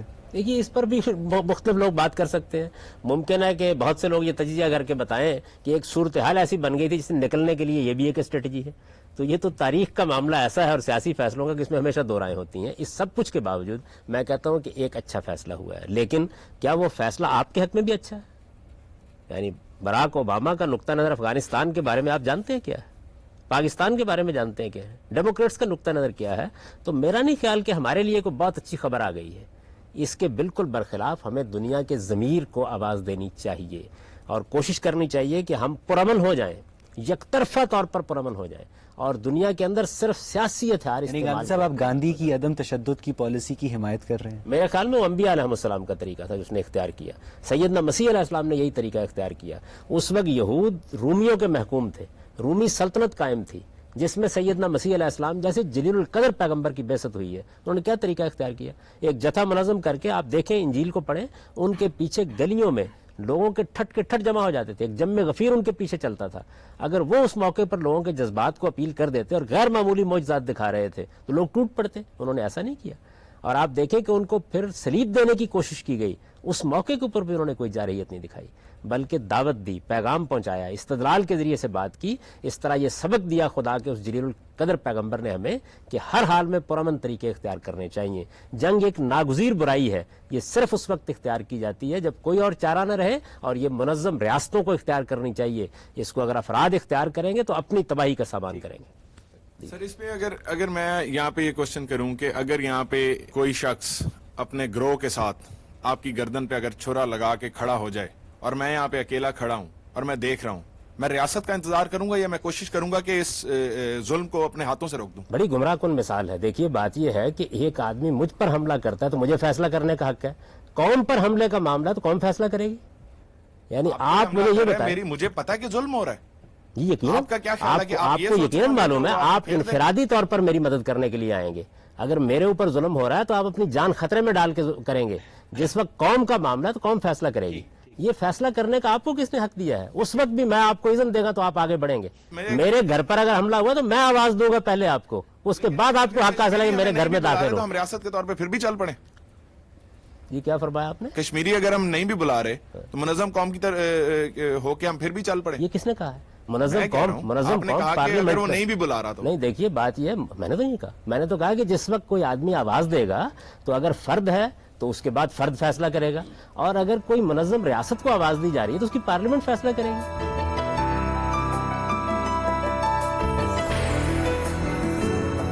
صاحب آپ بار بار امت مسلمہ کا ذکر کرتے ہیں, لیکن جب ہم دنیا میں اخبارات اور رسائل اور کتابوں کا مطالعہ کرتے ہیں تو ہمیں آج کے دور میں عیسائی امت, یہودی امت یا ہندو امت کا تصور نہیں ملتا, صرف امت مسلمہ کا ذکر ملتا ہے. اقبال نے بھی اسی کی طرف اشارہ کیا. تو ہم سے کیا مسلمان اجتماعی سطح پر ابھی بھی اپنی کوئی انفرادی شناخت رکھتے ہیں یا یہ صرف ان کا ایک رینیسنس کے دور کا ایک ریلیجس سپیریورٹی کمپلیکس ہے؟ ایسا نہیں ہے کہ دنیا میں یہ چیز ختم ہو گئی ہے, اور جس وقت یہ موقع آتا ہے تو دنیا کی قومیں اپنے اس تشخص کے لحاظ سے اصرار بھی کرتی ہیں. کیا ہندو اپنے تشخص پر اصرار نہیں کرتے؟ مسلمان اس وقت جتنے بھی ہیں, برے ہیں بھلے ہیں, جتنی بھی پستی میں اتر چکے ہیں, بہرحال دنیا کے 50-55 ممالک میں ان کی حکومتیں قائم ہیں. آخر انہوں نے اپنے لیے ایک تنظیم بنا رکھی ہے نا. یہ کیا چیز ہے؟ یہ اسی احساس کو بیان کرنا ہے کہ مذہب کی بنیاد پر بھی ہماری ایک شناخت ہے. تو جس طرح آپ کی کچھ قومی شناختیں ہوتی ہیں, جس طرح آپ کی کچھ قبائلی شناختیں ہوتی ہیں, اسی طرح مذہب کی بنیاد پر بھی ایک شناخت ہوتی ہے. غامدی صاحب میرا سوال یہ ہے کہ ہم اگر سپوز کرتے ہیں کہ ہم ایک ایسی سلطنت کے باشندے ہیں جس کی جو حکمرانی کرتے ہیں وہ طاغوتی طاقتیں ہیں اور ان پر سامراجی حکومتوں کا بہت چھاپ ہے, اور اگر اس طرح ہوتا ہے کہ کسی اور ملک پر, سلطنت پر بہت ظلم ستم ہوتا ہے اور جہاد لگتا ہے کہ نافذ ہو چکا ہوا ہے, لیکن حکومت کسی بھی صورتحال میں جہاد کا حکم نافذ نہیں کر رہی ہے, اور ہم کیا خاموش تماشائی بن کے بیٹھ جائیں کہ ان پر ظلم ہو رہا ہے اور ہم ان کی مدد کر بھی سکتے ہیں, لیکن حکومت اس کا اعلان نہیں کر رہی ہے, تو کیا ہم خاموش تماشائی بن کے بیٹھے رہیں؟ یہ میں نے کبھی نہیں کہا کہ آپ خاموش تماشائی بنے. آپ کو اپنی حکومت کی اصلاح کے لیے میدان میں نکلنا چاہیے. آپ اپنی قوم کو ہموار کریں, آپ اس کی تربیت کا کام کریں. حکومتیں ایسے ہی نہیں مسلط ہوتی, قوم گر جاتی ہے پستی میں جب حکومتیں مسلط ہوتی ہیں. لیکن اگر اس طرح ہو کہ سسٹم بہت کرپٹڈ ہو اور اگر ایک گروہ آواز اٹھاتا ہے تو یہ وہ بات نہیں آ رہی تھی کہ حکومت کی ریٹ جو ہے وہ چیلنج ہو گئی ہے. ایسا کبھی نہیں ہوتا. جب آپ پرامن طریقے سے آواز اٹھاتے ہیں تو اللہ بھی آپ کی مدد کرتا ہے, دنیا کا بین الاقوامی قانون بھی آپ کی مدد کرتا ہے. اگر آپ پہلے ہی مرحلے میں وائلنس اختیار کریں گے تو پھر تو دنیا کی ہر طاقت آپ کے خلاف ہوگی. آپ امن کے ساتھ اپنی قوم کی تعمیر کا کام کریں. حکومتیں کبھی قوم کی مرضی کے خلاف مسلط نہیں ہو سکتی, یہ آپ کا خیال ہے. آپ یقین کریں کہ یہاں لوگ کہتے ہیں نا کہ فوجی حکومتیں آ جاتی ہیں, آمریت آ جاتی ہے. میں نے دیکھا ہے اپنی آنکھوں کے ساتھ, قوم منتظر ہوتی ہے اس کی تب آتی ہیں. اگر ہماری قوم کی تربیت ہو کہ وہ ہر حال میں نفی کر دے. مجھے اب تک یاد ہے کہ جس وقت اس سے پچھلی فوجی حکومت آئی تھی تو اس موقع کے اوپر سیاستدانوں تک کو یہ توفیق نہیں ہوئی کہ وہ اگلے دن ایک پریس کانفرنس کرتے اور کہتے کہ ہر حال میں ہم اس سے تعاون کرنے سے انکار کر رہے ہیں, بحال کیجئے آپ اس سے پہلے جو جمہوری حکومت. ایسا نہیں ہے, ہم قومی سطح پر اس پستی میں اتر گئے ہوئے ہیں, ہمیں اس کا خیال نہیں ہوتا. ہمارا خیال ہے کہ پستی یہی رہے گی, کم ہم تولیں گے, جھوٹ ہم بولیں گے, ملاوٹ ہم کریں گے, دھوکے ہم کریں گے, فریب ہم دیں گے, خدا آسمان سے اتر کے ہماری ضرور مدد کرے گا. یہ نہیں ہو سکتا. لیکن یہ تو ایک فیکٹ ہے نا کہ ہماری ہر پالیسی پر اور ہر جو ہم حکمت عملی اپناتے ہیں اس پہ امریکہ کی بہت چھاپ ہوتی ہے, ہر بچہ پیدا جانتا ہے. جب تک آپ کمزور ہیں ایسا ہی رہے گا. جب آپ دنیا میں سپر پاور تھے, دنیا کی ساری قوموں پر آپ کی پالیسی کی چھاپ ہوتی تھی. تو کیا قدرت کا قانون ہے, اس طرح نہیں ہو سکتا طاقت ہوگی اس کی چھاپ دنیا کی پالیسی اس طرح نہیں ہو سکتا کہ اگر کرپٹڈ گورنمنٹ ہے تو کوئی اور مفتی یا پھر اور قاضی ہو جو کہ حالات کی نزاکت کو سمجھتے ہوئے جہاد کا اعلان کر دے. اس طرح کا کوئی قاضی اگر اس طرح کا معاملہ کرے گا تو ایک اور فساد پیدا کر دے گا, مسلمان اور برباد ہوں گے اور تباہی آئے گی. جب آپ کی ایک منظم ریاست موجود ہے تو اس کی اصلاح کیجئے. پہلے وہ قاضی صاحب اگر یہ کام کر ڈالیں گے اور اس کے بعد 10 آدمی اٹھ کھڑے ہوں گے, ہم اصلاح کا حال اس کے بعد آپ کی فوج ان کے خلاف جہاد کرنے کے لیے نکل کھڑی ہوگی. اصلاح کا حال ہم دیکھ رہے ہیں کہ اگر پرامن طریقے سے وکلا اگر احتجاج کرتے ہیں تو آج تک ان کی بات نہیں مانی گئی ہے. تو یہی راستہ رہ جاتا ہے کہ ہم خود اٹھیں اور خود ان کی مدد کریں, جو کہ اسلام کے مطابق جائز نہیں ہے. تو اس کا مطلب ہے آپ کو اٹھنا چاہیے امن کے ساتھ, آپ کو اٹھنا چاہیے سیاسی جدوجہد کے لیے, آپ کو اٹھنا چاہیے دنیا کے مسلمہ قواعد کے مطابق. اور میں آپ کو بتا رہا ہوں کہ آپ کی قوم جب اس طریقے سے اٹھی تو ہندوستان میں ایک عظیم تحریک منظم کرنے میں کامیاب ہوئی. آپ سیاسی طریقے کیوں اختیار نہیں کرتے؟ یہ اصل میں جلد بازی ہے جو ہمارے اوپر سوار ہے. اور ہوتا کیا ہے, ہم ہوتے 200-400 ہیں اور پوری قوم کی نمائندگی کر رہے ہوتے ہیں. جس دن قوم میری رائے کے مطابق فیصلہ کر دے گی اس دن میں قوم سے بات کروں. صاحب, پاکستان میں اس وقت جو تعلیمی صورتحال ہے وہ دو مین گروہوں میں بٹی ہوئی ہے. ایک طرف مذہبی تعلیم ہے اور دوسری جانب سیکولر تعلیم ہے جو اسکولوں, کالجوں, یونیورسٹیوں میں دی جاتی ہے. اب جو مذہبی مدرسوں کے فارغ التحصیل طلباء ہوتے ہیں وہ سیکولر جو انسٹیٹیوشنز ہیں ان کے طلباء کو جاہل تصور کرتے ہیں, اور in case is the vice versa. تو غام صاحب, ان دونوں جو تعلیمی نظام ہیں ان کے درمیان جو گیپ ہے وہ بھی ایک بہت بڑی پولرائزیشن کا باعث ہے, ایک انٹرپریٹیشن یہ بھی ہے. تو غام صاحب, اس گیپ کو برج کرنے کے لیے کوئی آپ عملی طور پر اقدامات ہمیں تجویز کر سکتے ہیں؟ یہ بات یہ ہے کہ میں تو پچھلے 20 سال سے یہ کہنے کی کوشش کر رہا ہوں کہ پاکستان کا سب سے بڑا مسئلہ مذہبی اور غیر مذہبی اور انگریزی اور اردو میڈیم کی بنیاد پر نظام تعلیم کی تفریق ہے. 13,000 کے قریب اس وقت مدرسے قائم ہیں, ان میں 20 لاکھ کے قریب طالب علم پڑھ رہے ہیں. آپ ذرا اعداد و شمار دیکھیے, یہ جتنے لوگ ہیں ان کو آپ نے معلوم ہے کیا حق دے رکھا ہے؟ ان کو یہ حق دے رکھا ہے کہ 5 سال کی عمر میں ایک طالب علم کو دین کی اختصاصی تعلیم کے لیے لے لیں. آپ لاء میں یہ حق نہیں دیتے, آپ طب میں یہ حق نہیں دیتے, آپ انجینئرنگ میں یہ حق نہیں دیتے. 12 سال کی براڈ بیس تعلیم کے بغیر کسی شخص کو یہ حق نہیں حاصل ہونا چاہیے کہ وہ اختصاصی تعلیم, اسپیشلائزیشن کا کوئی اہتمام کرے. تو جب آپ تعلیم کے معاملے میں اس قدر بیگانہ ہیں, آپ کو احساس ہی نہیں ہے کہ آپ اپنی قوم کو بانٹ رہے ہیں. میں نے اس کے اوپر دلائل دیے ہیں. میرے نزدیک یہ حادثہ ہے جو اس قوم کے ساتھ ہو گیا ہے.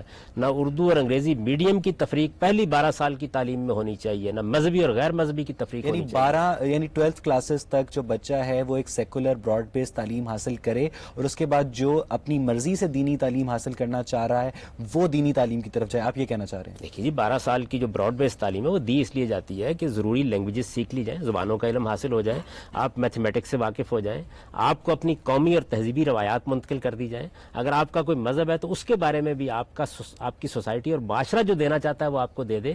آپ میں اتنی صلاحیت پیدا کر دے کہ آپ ساری چیزوں پر ایک نگاہ ڈال کے اپنے لیے انتخاب کر سکیں. آپ 8ویں جماعت کے بعد یہ حق دیتے ہیں کہ آپ پری انجینئرنگ میں یا پری میڈیکل میں آدمی جا سکے یا دوسرے بعض شعبوں کا انتخاب کر سکے. اس کے بعد بھی آپ پھر FAFSC کے بعد کہیں کہتے ہیں درس نظامی سے لے کر آج تک اس وقت پاکستان میں جتنے بھی دینی تعلیم کے مدرسے قائم ہیں، آپ ان سب میں جو تعلیم حاصل کرنے والے طلبہ ہیں اور تعلیم دینے والے جو اساتذہ ہیں، تو غلام صاحب آپ ان سارے لوگوں کے اجتماعی شعور کو چیلنج کر رہے ہیں؟ جب تک آپ براڈ بیس تعلیم نہیں دیں گے، جب تک آپ معاشرے کے اندر ایک وحدت پیدا نہیں کریں گے، جب تک لوگوں کے اندر ابلاغ کے رشتوں کو آپ محکم نہیں کریں گے، اور اس کے بعد آپ طالب علم کو موقع دیں گے کہ وہ فیصلہ کرے، اسے ڈاکٹر بننا ہے، اسے انجینئر بننا ہے، اسے عالم بننا ہے، میں یہ کہتا ہوں اس کے ذرا مجھے اخلاقی جواز بتائیے کہ آپ 5 سال کی عمر میں کسی آدمی کی تقدیر کا فیصلہ کیسے کر سکتے ہیں؟ جو تعلیم آپ دیتے ہیں وہ تعلیم اصل میں ابلاغ کا رشتہ قوم میں منقطع کر دیتی ہے، وہ آپ کو وہ بنیادی چیزیں نہیں سکھاتی جن کی بنیاد پر سوسائٹی میں کمیونیکیشن ہو سکتی ہے، وہ آپ کے اندر وسعت نظر نہیں پیدا ہونے دیتی، اور وہ آپ کو صحیح اور غلط کا فیصلہ کرنے کے لیے وہ شعور نہیں دیتی۔ اگر آپ اس کے بعد اختصاصی تعلیم پائیں گے تو آپ کا مزاج بالکل اور ہوگا، طبیعت بالکل اور ہوگی۔ یہ کام ہمیں کرنے چاہیے تھے۔ تعلیم میں وحدت اگر آپ نہیں پیدا کرتے تو قوم میں وحدت کیسے پیدا کر سکتے ہیں؟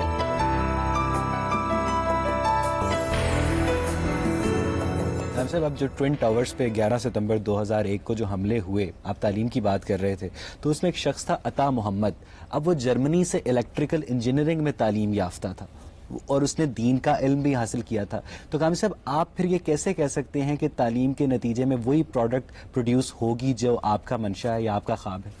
اگر آپ تعلیم ٹھیک طریقے سے دیں گے، میں نے تعلیم کی وضاحت کی ہے، تعلیم کا مطلب یہ نہیں ہے کہ آپ میرا یا کسی اور کا نقطہ نظر پڑھا دیں اور لوگوں پر اس کو ٹھونس دیں۔ یعنی ہم سے ایک بندہ سیکولر تعلیم لے کر بھی تو اس نے وہی کام کیا، مذہبی تعلیم تو مذہبی تعلیم لے کے بندہ کر، مذہبی تعلیم تو وہی پائے گا نا۔ مذہبی تعلیم کا تو آپ نے اس سطح پر بندوبست ہی نہیں کیا کہ وہ مذہب کو سمجھ کر مانے۔ صاحب امت مسلمہ من حیث الاجماع یہ فیصلہ کیسے کرے گی کہ کون سی اسلامی مذہبی تعلیم درست ہے؟ اس کی ضرورت ہی نہیں ہے، صرف اس کی ضرورت ہے کہ جو کام ہو چکا ہے پچھلے 1400 سال میں اس سے متعارف کرا دیا جائے، آپ کو بتا دیا جائے جی فلاں معاملے میں یہ 3-4 نقطہ نظر ہیں، ان کا آرگومنٹ یہ ہے، ان کے دلائل یہ ہیں، ان دلائل کو بیان کر دیا جائے۔ آپ باقی معاملات میں کیا کرتے ہیں؟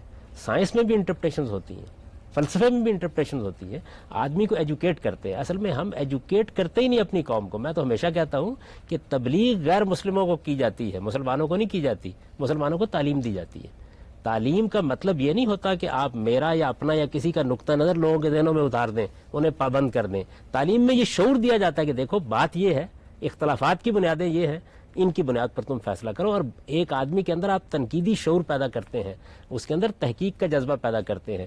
پھر اس کے بعد بھی کچھ ایسے لوگ پیدا ہوں گے جو انحرافات کریں گے۔ دنیا جب تک قائم ہے ایسا ہوگا۔ دنیا میں مجرمانہ ذہنیت کے لوگ بھی پیدا ہوتے رہتے ہیں۔ کیا سوسائٹی اس کے بعد سرنڈر کر کے بیٹھ جاتی ہے؟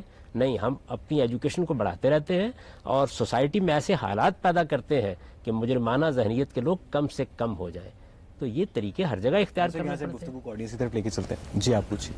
حامد صاحب آپ اس بات پہ اتفاق رکھتے ہیں کہ موجودہ حالات کے اندر جو مسلمانوں کی کیفیت ہے پوری دنیا میں وہ اضطراری کیفیت ہے، اور جب تک حصول علم نہیں ہو جاتا، حصول ٹیکنالوجی نہیں ہو جاتی، ہمیں جہاد نہیں کرنا چاہیے؟ جہاد تو بہت دور کی بات ہے، آپ تو اپنے اقتصادی حالات کو سنبھالیے۔ آپ دنیا سے سامنے کشکول لے کے پھر رہے ہیں، آپ کی حیثیت کیا ہے اس موقع کے اوپر؟ ذرا اپنے گریبان میں جھانک کر دیکھیں، اس وقت آپ جہاد کرنے جا رہے ہیں؟ پہلے اپنے پاؤں پر کھڑے ہوں، اپنی اقتصادی حالت بہتر بنائیں۔ ہمارے ہاں مذہبی لوگوں کا بڑا مسئلہ یہ ہے کہ وہ مسلح پر بیٹھ کر مسائل حل کرتے ہیں۔ میرے بھائی جنگ جب کی جاتی ہے تو جنگ میں صرف ہتھیار نہیں چاہیے ہوتے، اس کے پیچھے ایک بہت بڑی سپلائی لائن چاہیے ہوتی ہے۔ اگر آپ کی اقتصادی حالت، آپ نے کبھی حساب لگایا ہے کہ امریکہ اس وقت عراق میں اور افغانستان میں اخراجات کیا کر رہا ہے؟ اس کے بجٹ پر اس کے کیا اثرات پڑے ہیں؟ آپ تو اپنے خسارے کے بجٹ جو ہے ان کو پورا کرنے کے لیے کوئی اسباب نہیں رکھتے، دنیا سے بھیک مانگنے میں مجبور ہیں۔ اس صورتحال میں جہاد کی باتیں، اس صورتحال میں آپ کو علم کی باتیں کرنی چاہیے، ٹیکنالوجی کی باتیں کرنی چاہیے، اقتصادی بلندی کی باتیں کرنی چاہیے، تاکہ یہ قوم نکلے۔ اور اتنی بار میں نے یہ بات کی ہے، کسی کے کان پر جوں نہیں رینگتی، اپنی قوم کی اخلاق کی تعمیر کیجیے۔ میں آپ کو اطمینان دلاتا ہوں کہ کم تولنے والے، جھوٹ بولنے والے، بددیانتی کرنے والے، ملاوٹ کرنے والے خدا کی مدد سے محروم ہوتے ہیں۔ آپ کے پاس امریکہ جتنے ہتھیار بھی ہوں اور آپ کی اخلاق کی حالت یہ ہو، آپ مار کھا کے واپس آئیں گے، آپ نہیں جیت سکتے۔ آپ نے آپ کو انسان بنائیے پہلے۔ سر میزائل حملوں کے نتیجے میں ہم لوگوں نے پرامن طریقے سے پرزور احتجاج کیا ہے، اس کے باوجود ابھی تک ہماری سنوائی نہیں ہوئی ہے۔ اگر ایسی کوئی بڑی مصیبت ہم پہ نازل کر دی جائے اور ہماری حکومت جو ہے باہمی طور پہ یہ سوچ لے کہ ہمیں جہاد کرنا چاہیے، تو اب ایک ملک اس دنیا میں الگ تو نہیں ہے، اگر ایک ملک جنگ کرے گا تو اس کا پورا بلاک یا اس کے جتنے الائز ہیں وہ سارے اٹیک کریں گے. تو آپ کو نہیں لگتا کہ اگر ہم اس سٹیج کے لیے انتظار کریں تو ہم ایک ورلڈ وار 3 یا تیسری جنگ عظیم کا آغاز کر بیٹھیں گے؟ آپ جب جمہوری طریقے سے فیصلے کریں گے تو ایسا نہیں ہوگا. قوم کبھی اتنے احمقانہ فیصلے نہیں کرتی. یہ فیصلے ہمیشہ کچھ گروہ کیا کرتے ہیں. آپ پارلیمنٹ میں معاملے کو زیر بحث آنے دیجئے, میں آپ کو اطمینان دلاتا ہوں کوئی احمقانہ فیصلہ نہیں ہوگا. حالات دیکھے جائیں گے, اپنی طاقت دیکھی جائے گی, اپنے اقتصادی معاملات دیکھے جائیں گے, دنیا کے معاملات دیکھے جائیں گے, اس کے بعد فیصلہ ہوگا. ابھی آپ کی پارلیمنٹ نے اس موضوع پر بحث کی ہے اور آپ دیکھیے کتنی متوازن قرارداد وہ سامنے لائے ہیں. آپ اپنی پارلیمنٹ کو, اپنے جمہوری اداروں کو کام تو کرنے دیجیے, ٹھیک ہے, ان کو فیصلے کرنا. سر ہماری تمام تر بحث اس نہج پہ پہنچتی ہے کہ فی الوقت جہاد تو بہت دور کی بات, ہمیں اپنی قوم کو تعلیم دینی ہے. اگر ہم صورتحال کا جائزہ لیتے ہیں تو جہاں بھوک ہے خوراک نہیں ہے, ظلم ہے تو انصاف نہیں ہے, تعلیم کی بہت بری کیفیت ہے اور ہماری جو اکانومی ہے وہ بھی بہت گری ہوئی ہے. اب کیسے یہ باتیں سننے میں تو بہت اچھی لگتی ہیں کہ ہمیں تعلیم دینی چاہیے, ہمیں اخلاقیات کو اوپر لانا چاہیے, ہمیں منظم ہونا چاہیے, ریاست کو منظم کرنا چاہیے. اس کا کوئی روڈ میپ دے سکیں گے آپ؟ ہم کس طریقے سے اس تک پہنچیں گے کہ چلو مانا جہاد نہیں کر سکتے, ہم تعلیم یافتہ کیسے ہوں گے, ہم ایسے حکمرانوں کو سامنے کیسے لائیں گے جو واقعی ہمارے لیے لڑیں؟ جس دن آپ کے دانشور, آپ کے مذہبی پیشوا اور آپ کے رہنما یہ فیصلہ کر لیں گے کہ انہیں سیاست بازی بھی نہیں کرنی اور انہیں تلوار بھی نہیں اٹھانی, انہیں قوم کی تعمیر کرنی ہے, یہ عمل شروع ہو جائے گا. یہ ایک خواب ہے. 60 سال سے آپ کی لیڈرشپ آپ کو پیغام یہی دے رہی ہے کہ لڑا دے ممولے کو شہباز سے. اصل حادثہ یہ ہے, اپنی لیڈرشپ کی بات کی طرف آپ توجہ کریں. آپ کے دانشور کالم لکھتے ہیں, آپ کے صحافی گفتگو کرتے ہیں, آپ کے مذہبی رہنما تقریریں کرتے ہیں, ان کی ذرا تقریروں کو سنیے, وہ کیا چیز ہے.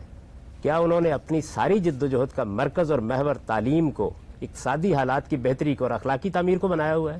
اس وجہ سے قوم کا کوئی قصور نہیں ہے, کوئی کرنے کے لیے تیار ہی نہیں ہے. ہر وقت ہم اس کو سبق ہی یہی دیتے ہیں کہ اٹھو. یہ دیکھیے نا یہاں کتنی گفتگو ہوئی ہے, بار بار یہ کہا جاتا ہے اگر حکومت خراب ہو تو کیا کیا جائے. حکومت آسمان سے نازل ہوتی ہے, الناس علی دین ملوکہم. یہ تو معلوم ہے کہ جس وقت بادشاہ ہوتے تھے تو لوگ ان کی پیروی کرتے تھے, جمہوریت ہے تو اب لوگوں کی پیروی حکومتیں کرتی ہیں, لوگ فیصلہ کرتے ہیں. آپ اپنی قوم کی تعمیر کا کام کرنے کے لیے نکلے کب ہے کہ تعمیر نہیں ہوئی. جن لوگوں نے اپنی قوموں کی تعمیر کا کام کیا ان کو پھر انتظار کرنا پڑتا ہے. اتنا چھوٹا سا ملک ہے تائیوان, چین اگر چاہے تو 24 گھنٹے میں اس پر قبضہ کر لے, نہیں کرتا, اس لیے کہ ابھی قومی تعمیر کے وہ اس مرحلے پر نہیں پہنچا جہاں امریکہ کو چیلنج کر سکے. یہ ہوتی ہے ان قوموں کی اسٹریٹجی اور حکمت عملی جو حالات کو سمجھتے ہیں. یہ ہم احمق ہیں کہ قبل از وقت ہر طرح کا اقدام کر کے ہم اپنی طاقت کو تباہ کر کے واپس آ جاتے ہیں.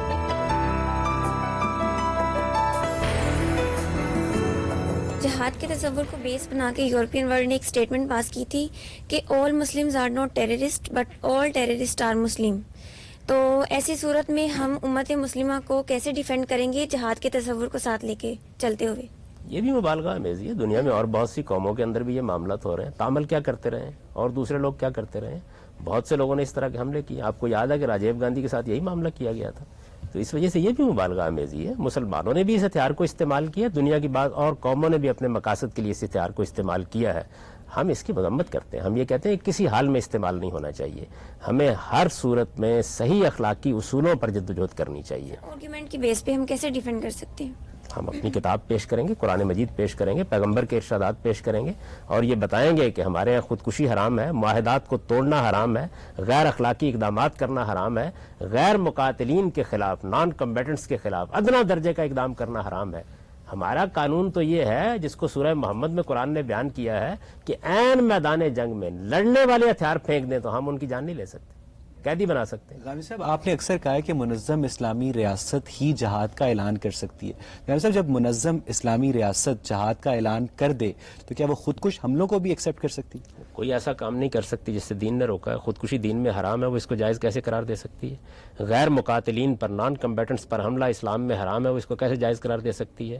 یعنی ایک اسلامی ریاست کو جہاد کا اعلان کرنے کی آزادی آپ دیتے ہیں لیکن خودکش حملوں کی آزادی آپ پھر بھی نہیں دیتے. میں کسی ایسے کام کی اس کو آزادی نہیں دے سکتا جس سے اللہ نے روک دیا ہے, جس سے اللہ کے پیغمبر نے روک دیا ہے. اصل میں آپ جہاد کا لفظ صرف پڑھتے ہیں اور سنتے ہیں, لیکن ہم سب اس کا ایک پورا قانون سوشل ہے. ایسپیکٹ یہ ہے کہ جیسے ہم مثال کے طور پر ایک فلسطینی خاندان ہے, اس میں ایک 17 سالہ لڑکے کا سارا خاندان اسرائیلی فوجی مار دیتے ہیں. اب اس کو ایک بندہ آ کر کہتا ہے کہ تم یہ بم پکڑو اور ان کو جا کے انتقاماً ماراؤ. اب بھلے اس میں ایک مذہبی ایلیمنٹ کم بھی ہو جائے, لیکن ہم اس کو پھر بھی تو نہیں روک پائیں گے نا, کیونکہ اس کے اندر اتنا غصہ بھرا ہوا ہے, وہ ایک چلتا پھرتا ٹائم بام بنا ہوا ہے. عرب یہی کرتے تھے, ان کے اسی طرح انتقامی جذبات ہوتے تھے, اس کو روکا گیا. رسالت مآب صلی اللہ علیہ وسلم کس لیے مبعوث ہوئے تھے؟ اس لیے مبعوث ہوئے تھے. کون کرے گا ہم سے؟ یہ آپ کے مذہبی رہنماؤں کو کرنا چاہیے, آپ کے دانشوروں کو کرنا چاہیے, آپ جیسے لوگوں کو کرنا چاہیے. آپ کے پاس میڈیا ہے, آپ کے پاس تعلیم کے ذرائع ہیں, انسانوں کے ذہنوں کو بدلیے. پیغمبروں نے کیا کام کیا تھا؟ انہوں نے آ کے انسانوں کی اخلاقی تربیت کی. عرب سے بڑھ کر انتقام کے جذبات کن لوگوں میں تھے؟ ان کے ہاں تو بعض وقت گھوڑا دوڑانے پر 40 سال کے لیے جنگ ہوتی رہتی تھی. اس کے باوجود ان کو منظم کیا گیا, ان کو ریاست کے احکام کا پابند کیا گیا, ان کو مال غنیمت لوٹنے کے بجائے اسٹیٹ کے خزانے میں جمع کرانے کا پابند کیا گیا, اس کی تقسیم کے قاعدے بنائے گئے. یہ سارے معاملات کیے. پاکستان میں نشان حیدر کا ایک ایوارڈ دیا جاتا ہے یا ایک ٹائٹل دیا جاتا ہے. تو راشن مناز جو تھے انہوں نے اپنا تیارہ خود گرایا, ان سینس انہوں نے خودکشی کی, ان کو دیا گیا. عزیز بٹی شہید, ان کو پتا تھا کہ ان کو مار دیا جائے گا, لیکن سٹل وہ بارڈر کے پاس گئے. لالک جان وہ کیمپ میں گھس گئے, ان کو پتا تھا کہ ان کو اڑا دیا جائے گا. ایک طرح کی ایک انڈائریکٹ خودکشی تھی یہ. تو کیا پاکستانی اسکالرس کو یا پارلیمنٹ کو نہیں پتا تھا کہ یہ جائز نہیں ہے؟ کیا ان کو شہید کہا جائے گا؟ یہ دو صورتیں بالکل الگ الگ ہوتی ہیں. ایک ہے خودکشی کرنا, اور ایک یہ ہے کہ ایک نہایت خطرناک صورتحال میں اپنی جان کو خطرے میں ڈال کر کوئی اقدام کرنا, جس میں یہ یقین ہوتا ہے آپ کو کم و بیش کہ آپ جیتے نہیں رہیں گے, لیکن وہ اقدام ایک جنگی اقدام ہوتا ہے. ان دو باتوں میں بہت فرق ہے. اس وجہ سے اس فرق کو ملحوظ رکھنا چاہیے. میدان جنگ میں بعض وقت یقین ہوتا ہے کہ میں مارا جاؤں گا, لیکن آدمی اقدام کرتا ہے. یہ اقدام ایک آدمی کا ایک طرح سے جس کو آپ کہتے ہیں فدائی حملہ کر دینے کا طریقہ ہے, یہ اور چیز ہے بالکل. یہ خودکش حملہ جو ہے اس میں تو آپ طے کرتے ہیں کہ آپ کو اصل میں اپنے آپ کو اڑا دینا ہے. تو ان دو باتوں میں ہمیشہ فرق کرنا چاہیے. میدان جنگ میں کچھ اور فیصلے کیے جاتے ہیں. اس وقت جو خودکش حملے ہوتے ہیں یہ تو گون جرائم کا ارتکاب کرتے ہیں. یعنی آپ دیکھیے کہ خودکشی, دوسرے یہ کہ معصوم لوگوں کے درمیان میں گھس جانا, کسی سفارت خانے پر حملہ کر دینا جس کے لیے ہم پابند ہیں اسلامی قانون کی روح سے, کسی سفیر کو ہاتھ نہیں لگا سکتے ہم. یعنی جو اخلاقی اصول ہیں ان سب کو پامال کر کے, بین الاقوامی معاہدات کو پامال کر کے, اپنی حکومت کی رٹ کو پامال کر کے ہم یہ اقدامات کرتے ہیں. ایک منظم ریاست لڑ رہی ہے, میدان جنگ میں آپ اترے ہوئے ہیں. میدان جنگ کے اندر بہت سے فیصلے بہت خطرناک کرنے پڑتے ہیں. تو ان فیصلوں کو اس کے ساتھ از راہ کرم نہ ملائیے. ان فیصلوں میں بہت سے فیصلے ایسے ہوتے ہیں جو میں بھی اگر موجود ہوگا تو شاید میں کر ڈالوں. صاحب, جو مغربی اسکالرز ہیں وہ مسلمانوں میں جہاد, خودکش حملوں اور دہشت گردی کی ایک بڑی غیر روایتی تعبیر یہ بھی کرتے ہیں, جس کا 21ویں صدی میں بہت عروج حاصل ہوا ہے ان سارے کانسیپٹس کو, کہ 20ویں صدی میں صحت کی سہولتیں بہت عام ہوئی, جن کی وجہ سے مسلمانوں کی آبادی میں بے تحاشا اضافہ ہوا. اب آبادی اور وسائل میں ایک عدم توازن کریٹ ہو گیا, جس کی وجہ سے مسلمانوں کو تعلیم اور روزگار کی بہتر سہولتیں نہیں مل سکی. تو جس کی وجہ سے وہ اپنی ایک بے مقصد زندگیوں کو بامقصد بنانے کے لیے اب دنیا میں ان سارے ٹیکٹکس کے ذریعے انسٹیبلٹی میں اضافہ کریں. تو غام صاحب, ایک ایسپیکٹ پھر یہ بھی ہے کہ کیا جو ان خودکش حملے ہیں اس کی ڈیموگرافک بیس کو کنٹرول فیملی پلاننگ کے ذریعے بھی کیا جا سکتا ہے؟ یہ بات یہ ہے کہ یہ بڑی عجیب بات ہے. کتنے لوگ ہیں جو اس میدان میں اترے ہوئے ہیں؟ مسلمانوں کی آبادی اس وقت 1.5 ارب کے قریب پہنچ رہی ہے. شاید آپ گنیں تو جو لوگ اس طرح میدان میں اترے اور جو ہوئے باقی نہیں ہیں اس میدان میں گامدی صاحب, وہ اپنی غربت اور افلاس کی وجہ سے ولنریبل ہیں کہ ان کو کوئی بھی ایک مولوی فضل اللہ جیسا آدمی اٹھ کے اپنا کیا کہتے ہیں اعلی کار بنا سکتا ہے. میں تو الٹ بات کرتا ہوں. میں یہ کہتا ہوں کہ وہ اس کے باوجود اتنے مہذب ہیں, اس کے باوجود اتنے پرامن ہیں کہ اتنی بڑی تعداد میں ہونے کے باوجود, اس غربت کے باوجود بھی چند ہزار کو چھوڑ دیں آپ, وہ اس طرح کی ترغیب میں آنے کے لیے تیار نہیں ہے. یہ جو تجزیے کیے جاتے ہیں, ان لوگوں کو آگے بڑھنا چاہیے اور آگے بڑھ کر مدد کرنی چاہیے ہماری, کہ ہم اپنی قوم کو غربت سے نکالیں. ہماری اپنی قوم کو بھی یہ کام کرنا چاہیے, انسانیت کو بھی یہ کام کرنا چاہیے. آپ لوگوں کے معیار زندگی کو بڑھائیے, آپ ان کے لیے انفراسٹرکچر کی سہولتیں فراہم کیجیے, آپ ان کے لیے تعلیم کا اہتمام کیجیے. آخر دنیا اتنا کچھ جنگوں پہ خرچ کر رہی ہے, یہ لوگوں کی بہبود کے لیے کوئی خرچ نہیں کرتی. ہم صاحب یہاں پہ آج کی گفتگو کو سمیٹتے ہیں. ناظرین, اسلام کا تصور جہاد قیامت تک ظلم کے خلاف اعلان جنگ ہے, جس کو دہشت گردی قرار دینا علمی بددیانتی کا مظہر ہوگا. مگر اگر تمام مسلمان دہشت گرد نہیں تو کیوں دہشت گردوں کی اکثریت مسلمان ہے؟ کہیں اس کی وجہ مسلمانوں کی زندگیوں میں علمی اور اقتصادی پسماندگی کے نتیجے میں پیدا ہونے والا وہ خلا تو نہیں جسے وہ مذہب کی خود ساختہ تعبیروں کے ذریعے جہاد کا نام دے کر ایک بے مقصد زندگی کو بامقصد بنانے کی کوشش کرتے ہیں؟ اور پھر دوسری جانب عالمی سامراجی قوتیں ایک طرف نہ صرف لسانی اور گروہی تنازعات کو ہوا دے کر اربوں ڈالر کا اسلحہ فروخت کر رہی ہیں، بلکہ دوسری جانب توانائی کے وسائل پر بھی قابض ہو رہی ہیں۔ اب جب مذہب انسانی جان کی حرمت کی ضمانت دیتا ہے تو کس طرح وہ جہاد کے نام پہ ہونے والے خودکش حملوں کو جائز قرار دے سکتا ہے؟ اس سوال کا جواب میں آپ کے تخیل پہ چھوڑتے ہوئے آج کا پروگرام صرف اس جملے پہ ختم کرنا چاہوں گا کہ دہشت گردی کو دہشت گردی کے ذریعے نہیں بلکہ صرف تعلیم اور اقتصادی ترقی کے ذریعے ہی ختم کیا جا سکتا ہے۔ خدا حافظ۔